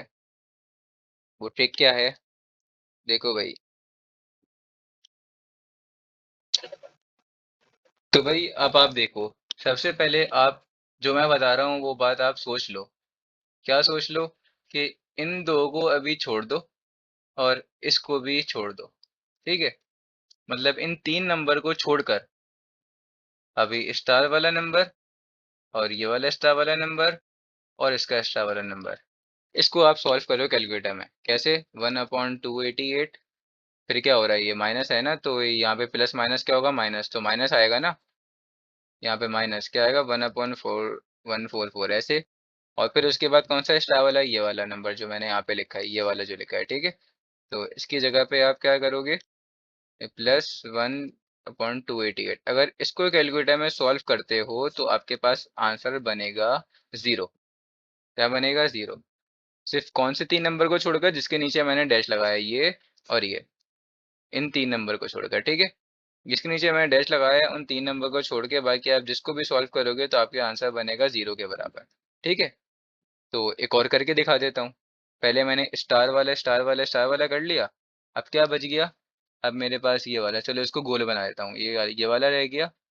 इसका फिर ये वाला हो जाएगा, क्योंकि ये वाला तो मैंने बोल लिया ना छोड़ दो इसको। तो ये वाला गोल और ये वाला गोल, इन तीनों को जरा सॉल्व करते हैं। ठीक है, गोल गोल गोल वाले सॉल्व करो कैलकुलेटर में।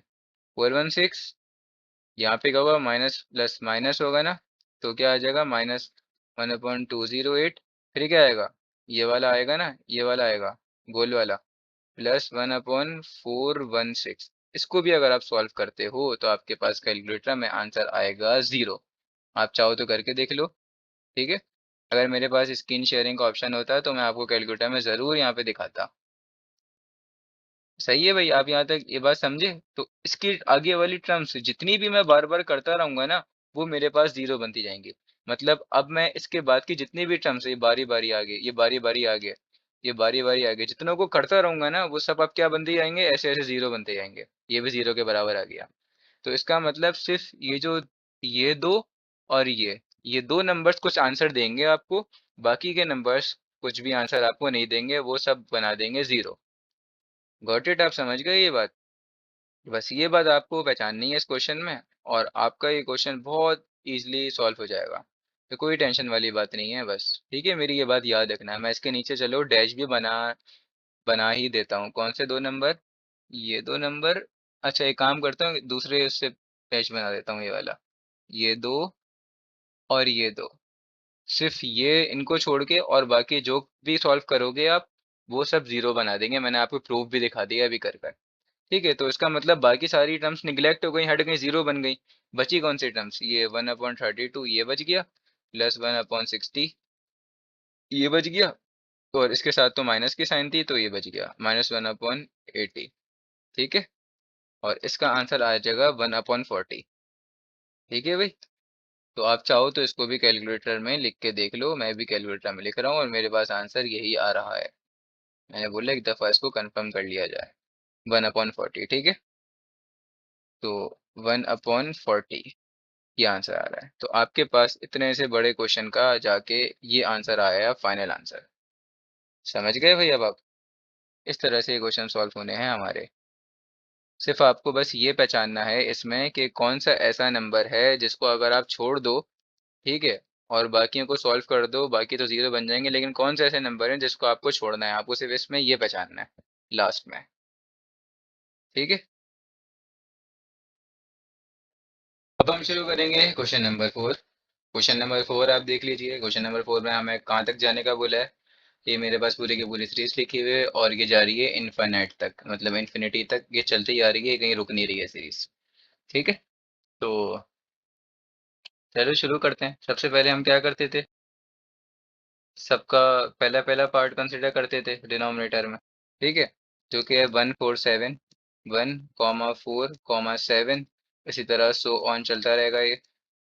उसके बाद हम क्या करते थे, सेकंड पार्ट कंसिडर करते थे डिनोमिनेटर में, 4, 7, 10। तो यहाँ पे आएगा 4,7,10। इसी तरह ये सो ऑन चलती गई सीरीज। ठीक है, सीक्वेंस मतलब। फिर उसके बाद कंसिडर करूँगा मैं 7, 10 एंड 13।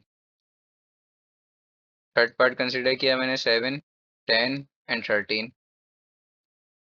ये सो ऑन चलती गई। ठीक है, ए की वैल्यू है मेरे पास 1 और ये अर्थमेटिक प्रोग्रेशन है।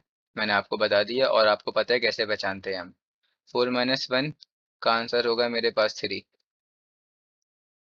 ए होती है फर्स्ट टर्म, ए का आंसर है 4 और डी का आंसर है मेरे पास 7 - 4 3। डी का आंसर सेम ही आ रहा है।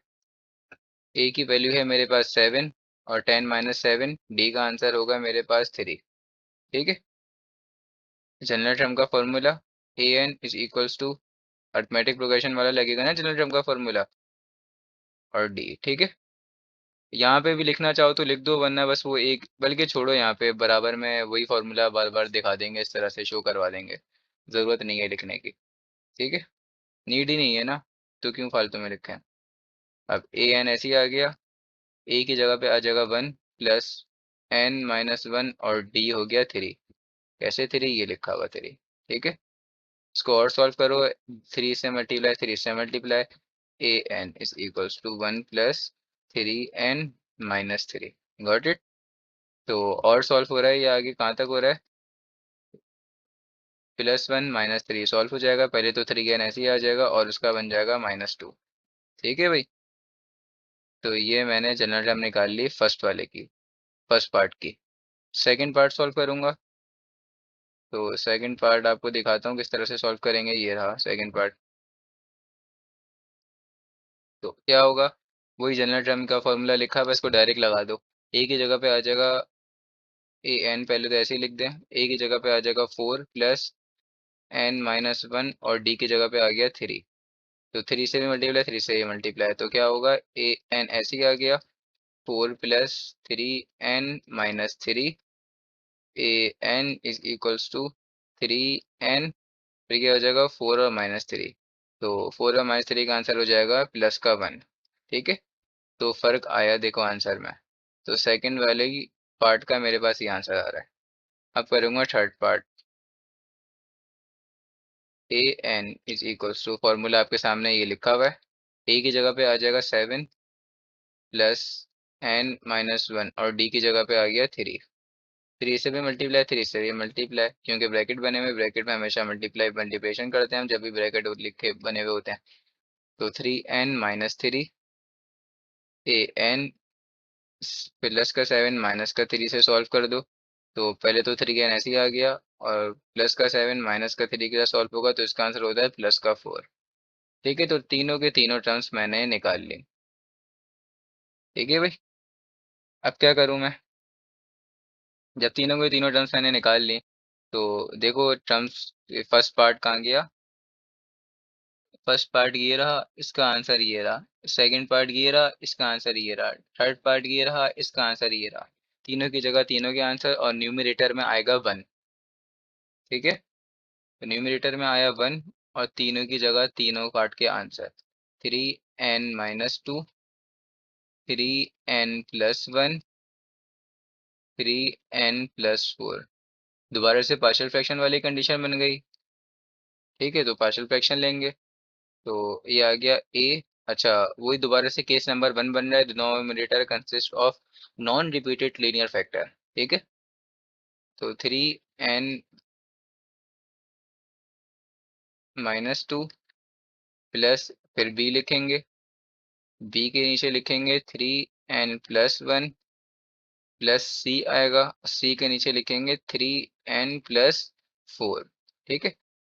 अब आपको पता है जो डिनोमिनेटर में होता है, इसको बोथ साइड पे मल्टीप्लाई करते हैं। जब यहाँ मल्टीप्लाई होगा तो पूरे से पूरा कट जाएगा और बच जाएगा ओनली 1 1। ठीक है। यहाँ पे 3n - 2 से 3n - 2 कट जाएगा, तो जो रिमेनिंग बच जाएंगे वो हम उसको ऐसे ही लिख देंगे।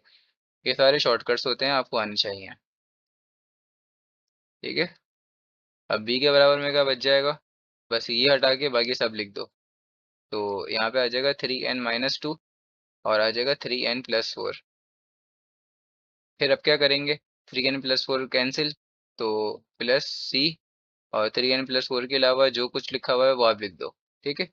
3n - 2 एंड 3n + 1, ये आपके पास बन गई इक्वेशन नंबर ए, और ये बन गई आपके पास इक्वेशन नंबर 1। ठीक है भाई। अब क्या करेंगे, वैल्यूज निकालेंगे एन की पुट करने वाली। तो एन की पहली वैल्यू मैं आपको निकाल के दिखाता हूँ, ये कंसिडर कर लो। चलो यहाँ से कंसिडर कर लेते हैं पहले ये। ठीक है। फ्री है, फ्री है। तो पहले 3n-2, तो 3n-2 को बराबर लूंगा जीरो के, तो जहां जहां 3n-2 होगा वहां वहां तो जीरो आएगा, आपको पता है ये बात। ठीक है, क्योंकि मैंने इस पूरे को बराबर ले लिया जीरो के। यहाँ से एन की वैल्यू फाइंड करो। एन की वैल्यू कैसे फाइंड करेंगे, यहाँ पे -2 है, दूसरी साइड पे जाके +2 हो जाएगा, और एन के साथ 3 मल्टीप्लाई हो रहा है तो यहाँ पे आके हो जाएगा डिवाइड। तो एन की वैल्यू मेरे पास आ गई 2/3। तो मैं क्या लिखूंगा, put N is equals to 2/3 in equation number 1। ठीक है, 2/3 याद रखना। आप वो रफ पार्ट लिख सकते थे, ठीक है, आप अगर लिखना चाहते थे वीडियो को पॉज करो और लिख लो। Put N is equals to, क्या आई थी हमारे पास, 2/3। ठीक है, 2/3 इन इक्वेशन 1।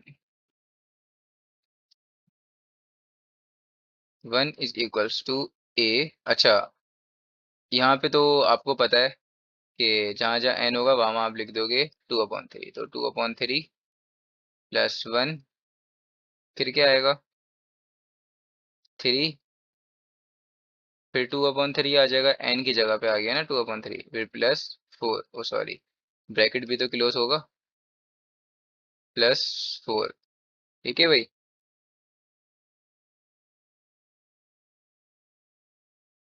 उसके बाद देखो 3n-2 तो हम जीरो ले चुके थे, चलो आपको समझ में नहीं आ रहा तो आप एन की जगह पे क्या पुट कर दो, जहाँ यहाँ पे एन लिखा हुआ है एन की जगह पे आप पुट कर दोगे 2/3।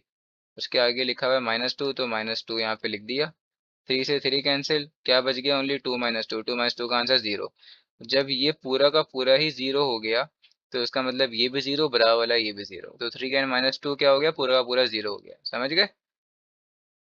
तो जहाँ जहाँ 3n-2 है उसकी जगह पे मैं लगा दूंगा जीरो, ये भी जीरो तो ये भी जीरो, बराबर है ये भी जीरो, क्योंकि सब आपस में मल्टीप्लाई हो रहे हैं। तो इसके आगे वाले सब के सब क्या होगा, जीरो और जीरो। ठीक है, तो ए वाला सॉल्व कर दो नॉर्मली जो सॉल्व हो रहा है। 3 से 3 कैंसिल, तो यहाँ पे बचा 2+1, तो 2+1 का आंसर होता है 3। तो यहाँ पे आ गया ए के बराबर में 3। अच्छा, प्लस नहीं है, उसके बराबर में अभी चल रहा है। 3 से 3 कैंसिल, और यहाँ पे आ गया 2+4, 2+4, 4+2 का आंसर होता है मेरे पास 6, तो 6 लिख दिया। ठीक है, बराबर में ही कंटिन्यू कर लेते हैं। तो यहाँ पे हो जाएगा 3 6 18, 18 और ए। ठीक है, तो 18 आ गया, अब क्या करूँगा मैं, ए की वैल्यू निकालनी है, तो यहाँ पे ए की वैल्यू निकाल लेंगे। 18 यहाँ मल्टीप्लाई हो रहा है, दूसरी साइड पे जाके हो जाएगा डिवाइड, तो 1/18। ठीक है, एक आंसर मेरे पास आ गया, आपके सामने है जो कि। ठीक है भाई, अब क्या करूँगा, अब पहले मैंने ये वाला कंसिडर किया था पार्ट जीरो के बराबर, अब इसको जीरो के बराबर कंसिडर करो। 3n+1 is equal to zero, तो 3n, यहाँ +1 है, दूसरी साइड पे जाके -1 हो गया, जीरो के साथ माइनस होगा तो -1 ही आंसर आएगा ना। और n की वैल्यू निकालनी है, तो 3 यहाँ पे मल्टीप्लाई हो रहा है, दूसरी साइड पे जाके डिवाइड हो गया, तो n का आंसर आ गया आपके पास -1/3। तो 3n+1 को जीरो के बराबर लिया था ना, तो जहाँ जहाँ 3n+1 है वो जीरो बन जाएगा, ये भी जीरो और ये भी जीरो। मैं आपको बता चुका हूँ बार बार कि n की जगह पे जब मैं ये पुट करूंगा तो खुद ब खुद वो जीरो बन जाएगा। ये जीरो तो इसका मतलब ये भी जीरो, ये भी जीरो और ये भी जीरो, तो वो भी जीरो, समझ गए। सब जीरो हो जाएंगे, बस खाली बी वाला सॉल्व होगा। ठीक है, एन की जगह पे याद रखना -1/3 पुट करेंगे। एन की जगह पे -1/3 इक्वेशन नंबर 1 में put n is equals to -1/3 in equation 1। Equation 1 आप दोबारा से देख लो, क्या लिखी हुई यहीं से देख के लिख लेते हैं। 1 इज इक्वल्स टू ए। अच्छा, ए वाला पूरा का पूरा पार्ट जीरो हो गया, क्योंकि मैंने इसी को तो जीरो किया था। दिखा देता हूँ दोबारा से, इसको जीरो किया था ना इसको, तो 3n+1 ये भी जीरो, और बता चुका हूँ आपको ये भी जीरो, ओनली बी वाला सॉल्व होना था। तो जीरो प्लस का यहाँ पे बी, जहाँ जहाँ एन है वहाँ वहाँ क्या आएगा, वहाँ वहाँ आएगा -1/3। ठीक है, -1/3, उसके बाद क्या आएगा, -2। ये देखो यहाँ पे लिख रहा हूँ -1/3 और -2, ऐसे ही आ गया सेम टू सेम, देख सकते हो आप। ठीक है, टैली कर लिया करो। अब क्या आएगा, 3 की जगह 3 यहाँ से लिख रहा हूँ, ठीक है, यहाँ से। उसके बाद एन, एन की जगह पे आ गया -1/3,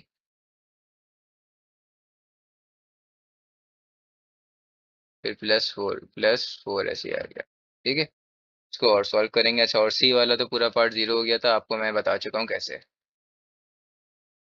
3 से 3 कैंसिल, तो क्या हो गया, -1 और -2 बच गया। -1 -2 का आंसर होता है -3। तो बी की वैल्यू आ गई एक -3। दूसरी बराबर वाली इसको भी सॉल्व करोगे, ये 3 से 3 कैंसिल, तो यहाँ पे बच गया -1 और +4। -1 और +4 का आंसर होता है ओनली 3। ठीक है भाई। तो क्या आ गया, आपको इसको यहीं पे सॉल्व कर लो। 1 इज इक्वल्स टू -3 3 9 9b। ठीक है, बी की वैल्यू निकालनी है तो बी को यहीं रहने दो। और -9 यहाँ पे मल्टीप्लाई हो रहा है, वहाँ पे जाके आप डिवाइड कर दो। मल्टीप्लाई बी के साथ हो रहा था। -1/9 आंसर हो गया बी का। ठीक है, तो बी भी आ गया। अब क्या करना है, अब आपको निकालना है सी। ठीक है, तो पहले मैंने क्या ज़ीरो बनाया, पहले मैंने इसको ज़ीरो बनाया, फिर इसको ज़ीरो बनाया, अब इसकी बारी है ज़ीरो की। ठीक है, तो 3n+4 is equal to 0। 3n+4 is equal to 0। 3n ये हो गया +4 है, दूसरी साइड पे आ गया -4 हो गया। n is equal to -4/3। 3 यहाँ पे मल्टीप्लाई हो रहा था, दूसरी साइड पे जाके होगा डिवाइड। तो जहाँ जहाँ n है वहाँ वहाँ मुझे पुट करना है -4/3। याद रखना, -4/3 इन इक्वेशन 1। ठीक है, -4/3 in equation 1। Put n is equal to -4/3 in equation 1। ठीक है, इन इक्वेशन 1 ने पुट किया, तो इक्वेशन 1 ने पुट करेंगे। इक्वेशन 1 मेरे पास ये रही, आपको दिखा देता हूँ। तो अभी तो आप सबसे पहले ये पहचानो कि जीरो कौन सा वाला पार्ट होगा। इसकी जगह जीरो बनाया था ना, तो ये भी जीरो, इसकी वजह से ये पूरा का पूरा पार्ट जीरो। और ये वाला भी पूरा का पूरा पार्ट जीरो। सिर्फ सी वाला पार्ट सॉल्व होगा। ठीक है भाई। तो 1 + 0 + 0, 1 = 0 + 0, और फिर प्लस था सी। और फिर जहाँ जहाँ मेरे पास n है वहाँ वहाँ -4/3 लगा दूंगा। तो 3n - 2, 3n+1, 3n - 2। ठीक है, तो 3n - 2 था, ये था ना। तो n की जगह पे क्या डालूंगा मैं, n की जगह पे मैं डालूंगा -4/3। 3n - 2 था, लिख दिया 3n - 2। फिर क्या था, उसके बाद 3n+1 था शायद, देख लेते हैं।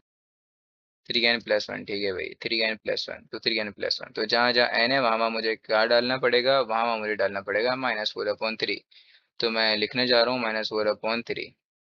ठीक है भाई, -4/3। और +1 जो आगे लिखा हुआ था इक्वेशन 1 का, वो मैंने ऐसे ही लिख दिया। 1 इज इक्वल्स टू सी। अच्छा, 3 से 3 कैंसिल, तो यहाँ पे बच गया -4 और -2। -4 और -2 का आंसर होता है -6। तो यहाँ पे आ गया -6। यही आया, नहीं आया, बिल्कुल यही आया। अब 3 से 3 कैंसिल, -4 और +1 बच गया, तो -4 और +1 का आंसर होता है -3। तो ये बन गया -3। ठीक है, इसको यहीं पे आगे ही सॉल्व कर लेते हैं। ये हो जाएगा, माइनस माइनस तो प्लस हो गया, तो 6 3 18, तो 18c। ठीक है भाई, 18c हो गया। और सी का आंसर आ गया 1/18, क्योंकि 18 वहाँ सी के साथ मल्टीप्लाई हो रहा है, तो दूसरी साइड पे जाके हो जाएगा डिवाइड।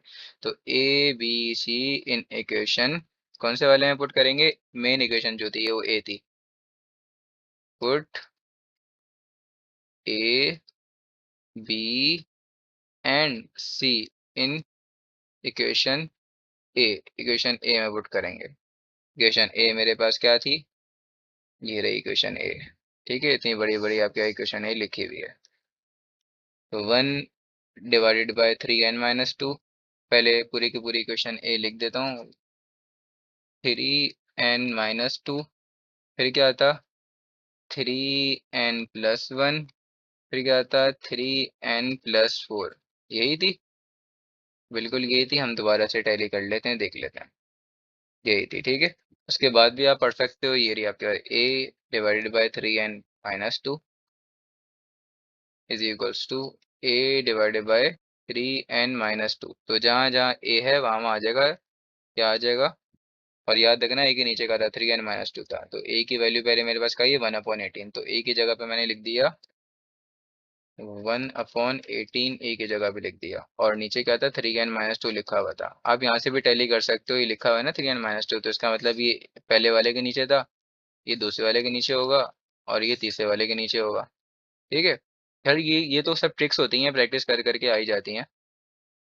अब बी आएगा तो बी के नीचे था आपके पास इस तरह से लिखा हुआ था, B is equals to 3n+1, ये लिखा हुआ था। बी की जगह बी की वैल्यू डालेंगे, बी की वैल्यू क्या आई है पहले तो आपको ये पता नहीं चाहिए, और ये भी याद रखना 3n+1 उसके नीचे था डिनोमिनेटर में।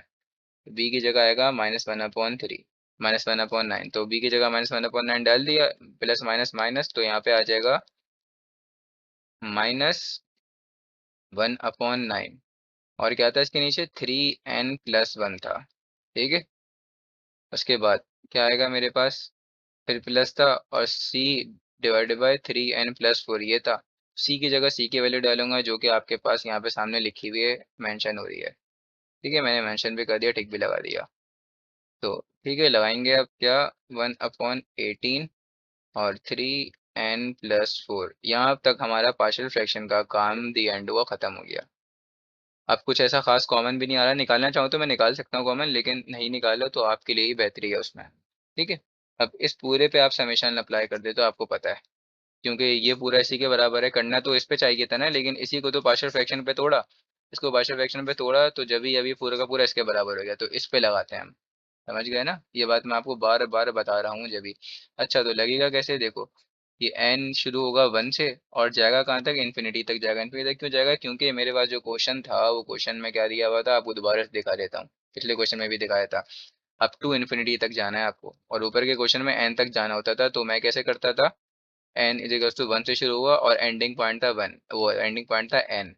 यहाँ पे एंडिंग पॉइंट क्या होगा, इन्फिनिटी, तो इन्फिनिटी को हम इस तरह से बनाते हैं। समझ गए भाई, सारी बातें आपको बताना होती हैं, वीडियो लंबी बने कोई मसला नहीं है, लेकिन आपके कॉन्सेप्ट क्लियर होने चाहिए। अप टू इन्फिनिटी तक गया। ठीक है, और ये ब्रैकेट बना दिया, यहाँ पे आ गया 1/18 3n-2, फिर आएगा यहाँ पे -1/9 3n+1, फिर यहाँ पे आएगा +1/18 3n+4। ठीक है, तो समेशन पहले इसके साथ अप्लाई होगा, तो इसके साथ करते हैं अप्लाई, कोई बात नहीं। पहले ब्रैकेट भी बनाऊंगा ना मैं, तो ब्रैकेट बनाना तो ज़रूरी है, ताकि पता लग जाए इस ये वाले को ओपन कर रहा हूँ मैं। तो इसको देखो किस तरह से ओपन करोगे, 1/18, और यहाँ पे लिखा हुआ है 3n-2 लिखा हुआ है ना, तो n की जगह पे पहले डलेगा 1, फिर डलेगा 2, फिर डलेगा 3। अप्लाई करना आता है ना, तो पहले लगा दो n की जगह पे 1, फिर लगा दो -2। इस पूरे को कैलकुलेटर में सॉल्व करो और बताओ आंसर क्या आता है आपके पास। ठीक है, इसको कर रहा हूँ। तो अगर आप इस पूरे को कैलकुलेटर में सॉल्व करते हो, आपके पास आंसर आता है 3-2, और इसका आंसर आ जाएगा 1/18, तो 1/18 ही बन जाएगा। 1 अप्लाई करने पर n की वैल्यू आपके पास आ रहा है आंसर 1/18। ठीक है, फिर जब आप इसकी जगह पे 2 लगाओगे तो आपके पास आंसर आएगा, अच्छा तो समेशन का मतलब तो प्लस होता है ना, तो उसके बाद तो प्लस ही आएगा। जब आप 2 लगाओगे तो आपके पास आंसर आएगा 1/72। जब आप यहाँ पे 3 लगाओगे तो आपके पास आंसर आएगा, बारी बारी लगाते हैं ना, 1 2 3, फिर लगाओगे 4, फिर लगाओगे 5, इसी तरह सोन चलाते रहो, लेकिन कहाँ तक चलाओगे, इन्फिनिटी तक चलाना है ना, तो आप बस 4 तक करके छोड़ दो। ठीक है, तो ये हो जाएगा 1/80 जब आप इसकी जगह पे लगाओगे 4, और चाहो तो कैलकुलेटर से करके देख लेना। और ये चल रहा था अप टू इन्फिनिटी तक। कहाँ से पता चला है, मैंने लिखा हुआ है। और ये चीज़ कहाँ से पता चली, ये चीज़ हमें पता चली क्वेश्चन से। ठीक है भाई, उसके बाद यहाँ पे माइनस लिखा हुआ है तो माइनस लगा दूंगा, माइनस लगा दिया मैंने, फिर से बना दिया। अब ये समेशन इसके ऊपर अप्लाई हो रहा है। ठीक है, इसके ऊपर अप्लाई हो रहा है, तो करते हैं भाई। अब ये जब 1/9 लिखा हुआ है उसके बराबर में 3n+1 लिखा हुआ है, तो इस n की जगह पे मुझे सबसे पहले क्या अप्लाई करना पड़ेगा, 1।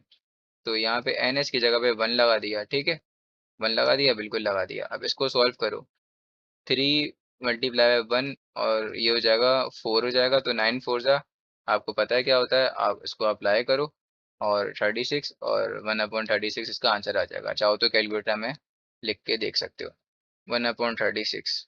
ठीक है भाई, उसके बाद 1/36 के बाद क्या आएगा, अगर आप फिर इसकी जगह पे लगा दो 2, पहले तो 1 लगा के मैं देख चुका हूँ ना, और 36 आंसर लिख दिया 1/36। अब 2 लगाओगे, तो 2 लगाओगे तो आंसर आएगा 1/63। जब यहाँ पे आप 3 लगाओगे तो आपके पास आंसर आएगा, n की जगह पे 3 लगाओगे तो आंसर आएगा 1/90।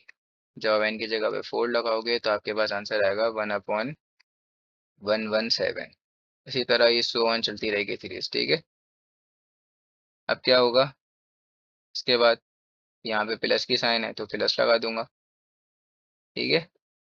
तो अभी हो गया, वन 1/18 लिखा हुआ है, और लेकिन यहाँ पे देखो, यहाँ पे क्या आएगा, पहले n की जगह पे लगाओगे 1, तो मैंने n की जगह पे जब 1 लगाऊंगा और इसको सॉल्व करूंगा कैलकुलेटर में, तो मेरे पास आंसर होगा 1/126। ठीक है। अब बार बार तो आपको इतने सारे स्टेप्स नहीं कराऊंगा ना मैं शो बार बार। अब यहाँ पे 1 लगा के देख लिया, अब 2 लगाओगे n की जगह पे, तो n की जगह पे जब 2 लगाओगे तो आपके पास आंसर आएगा 1/63। ठीक है। सॉरी, 1/180 आएगा। अब क्या होगा, जब आप इसकी जगह पे 3 लगाओगे n की जगह पे, तो आपके पास आएगा 1/234। इसी तरह से अगर आप यहाँ पे 4 लगाओगे तो आपके पास आंसर आएगा 1/288।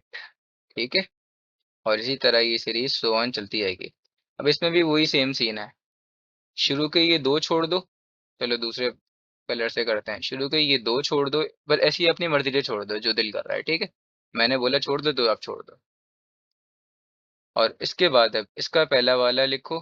ठीक है।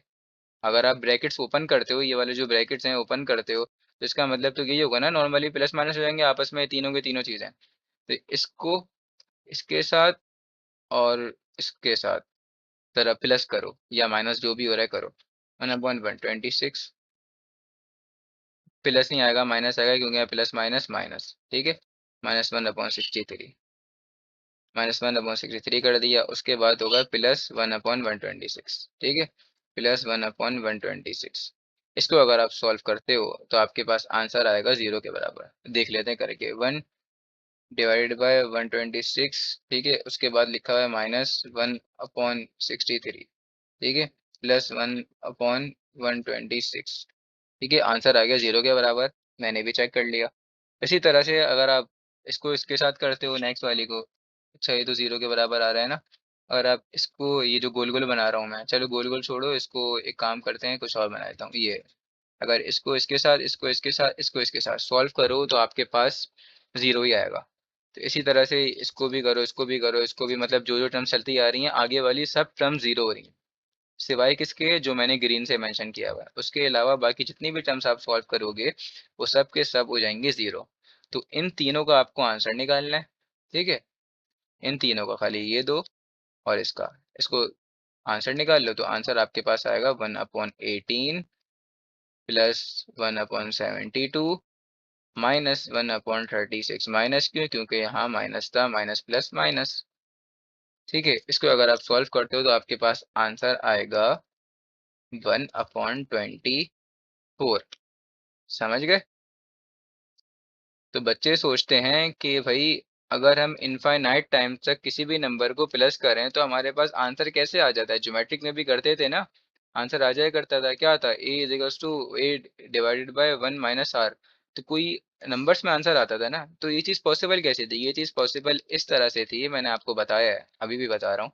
आगे वाली टर्म सारी कैंसिल हो जाती हैं, आगे वाली टर्म कैंसिल हो जाती हैं, शुरू की टर्म्स का आंसर आ जाता है, और आगे की सारी टर्म्स कैंसिल हो जाती हैं। ठीक है।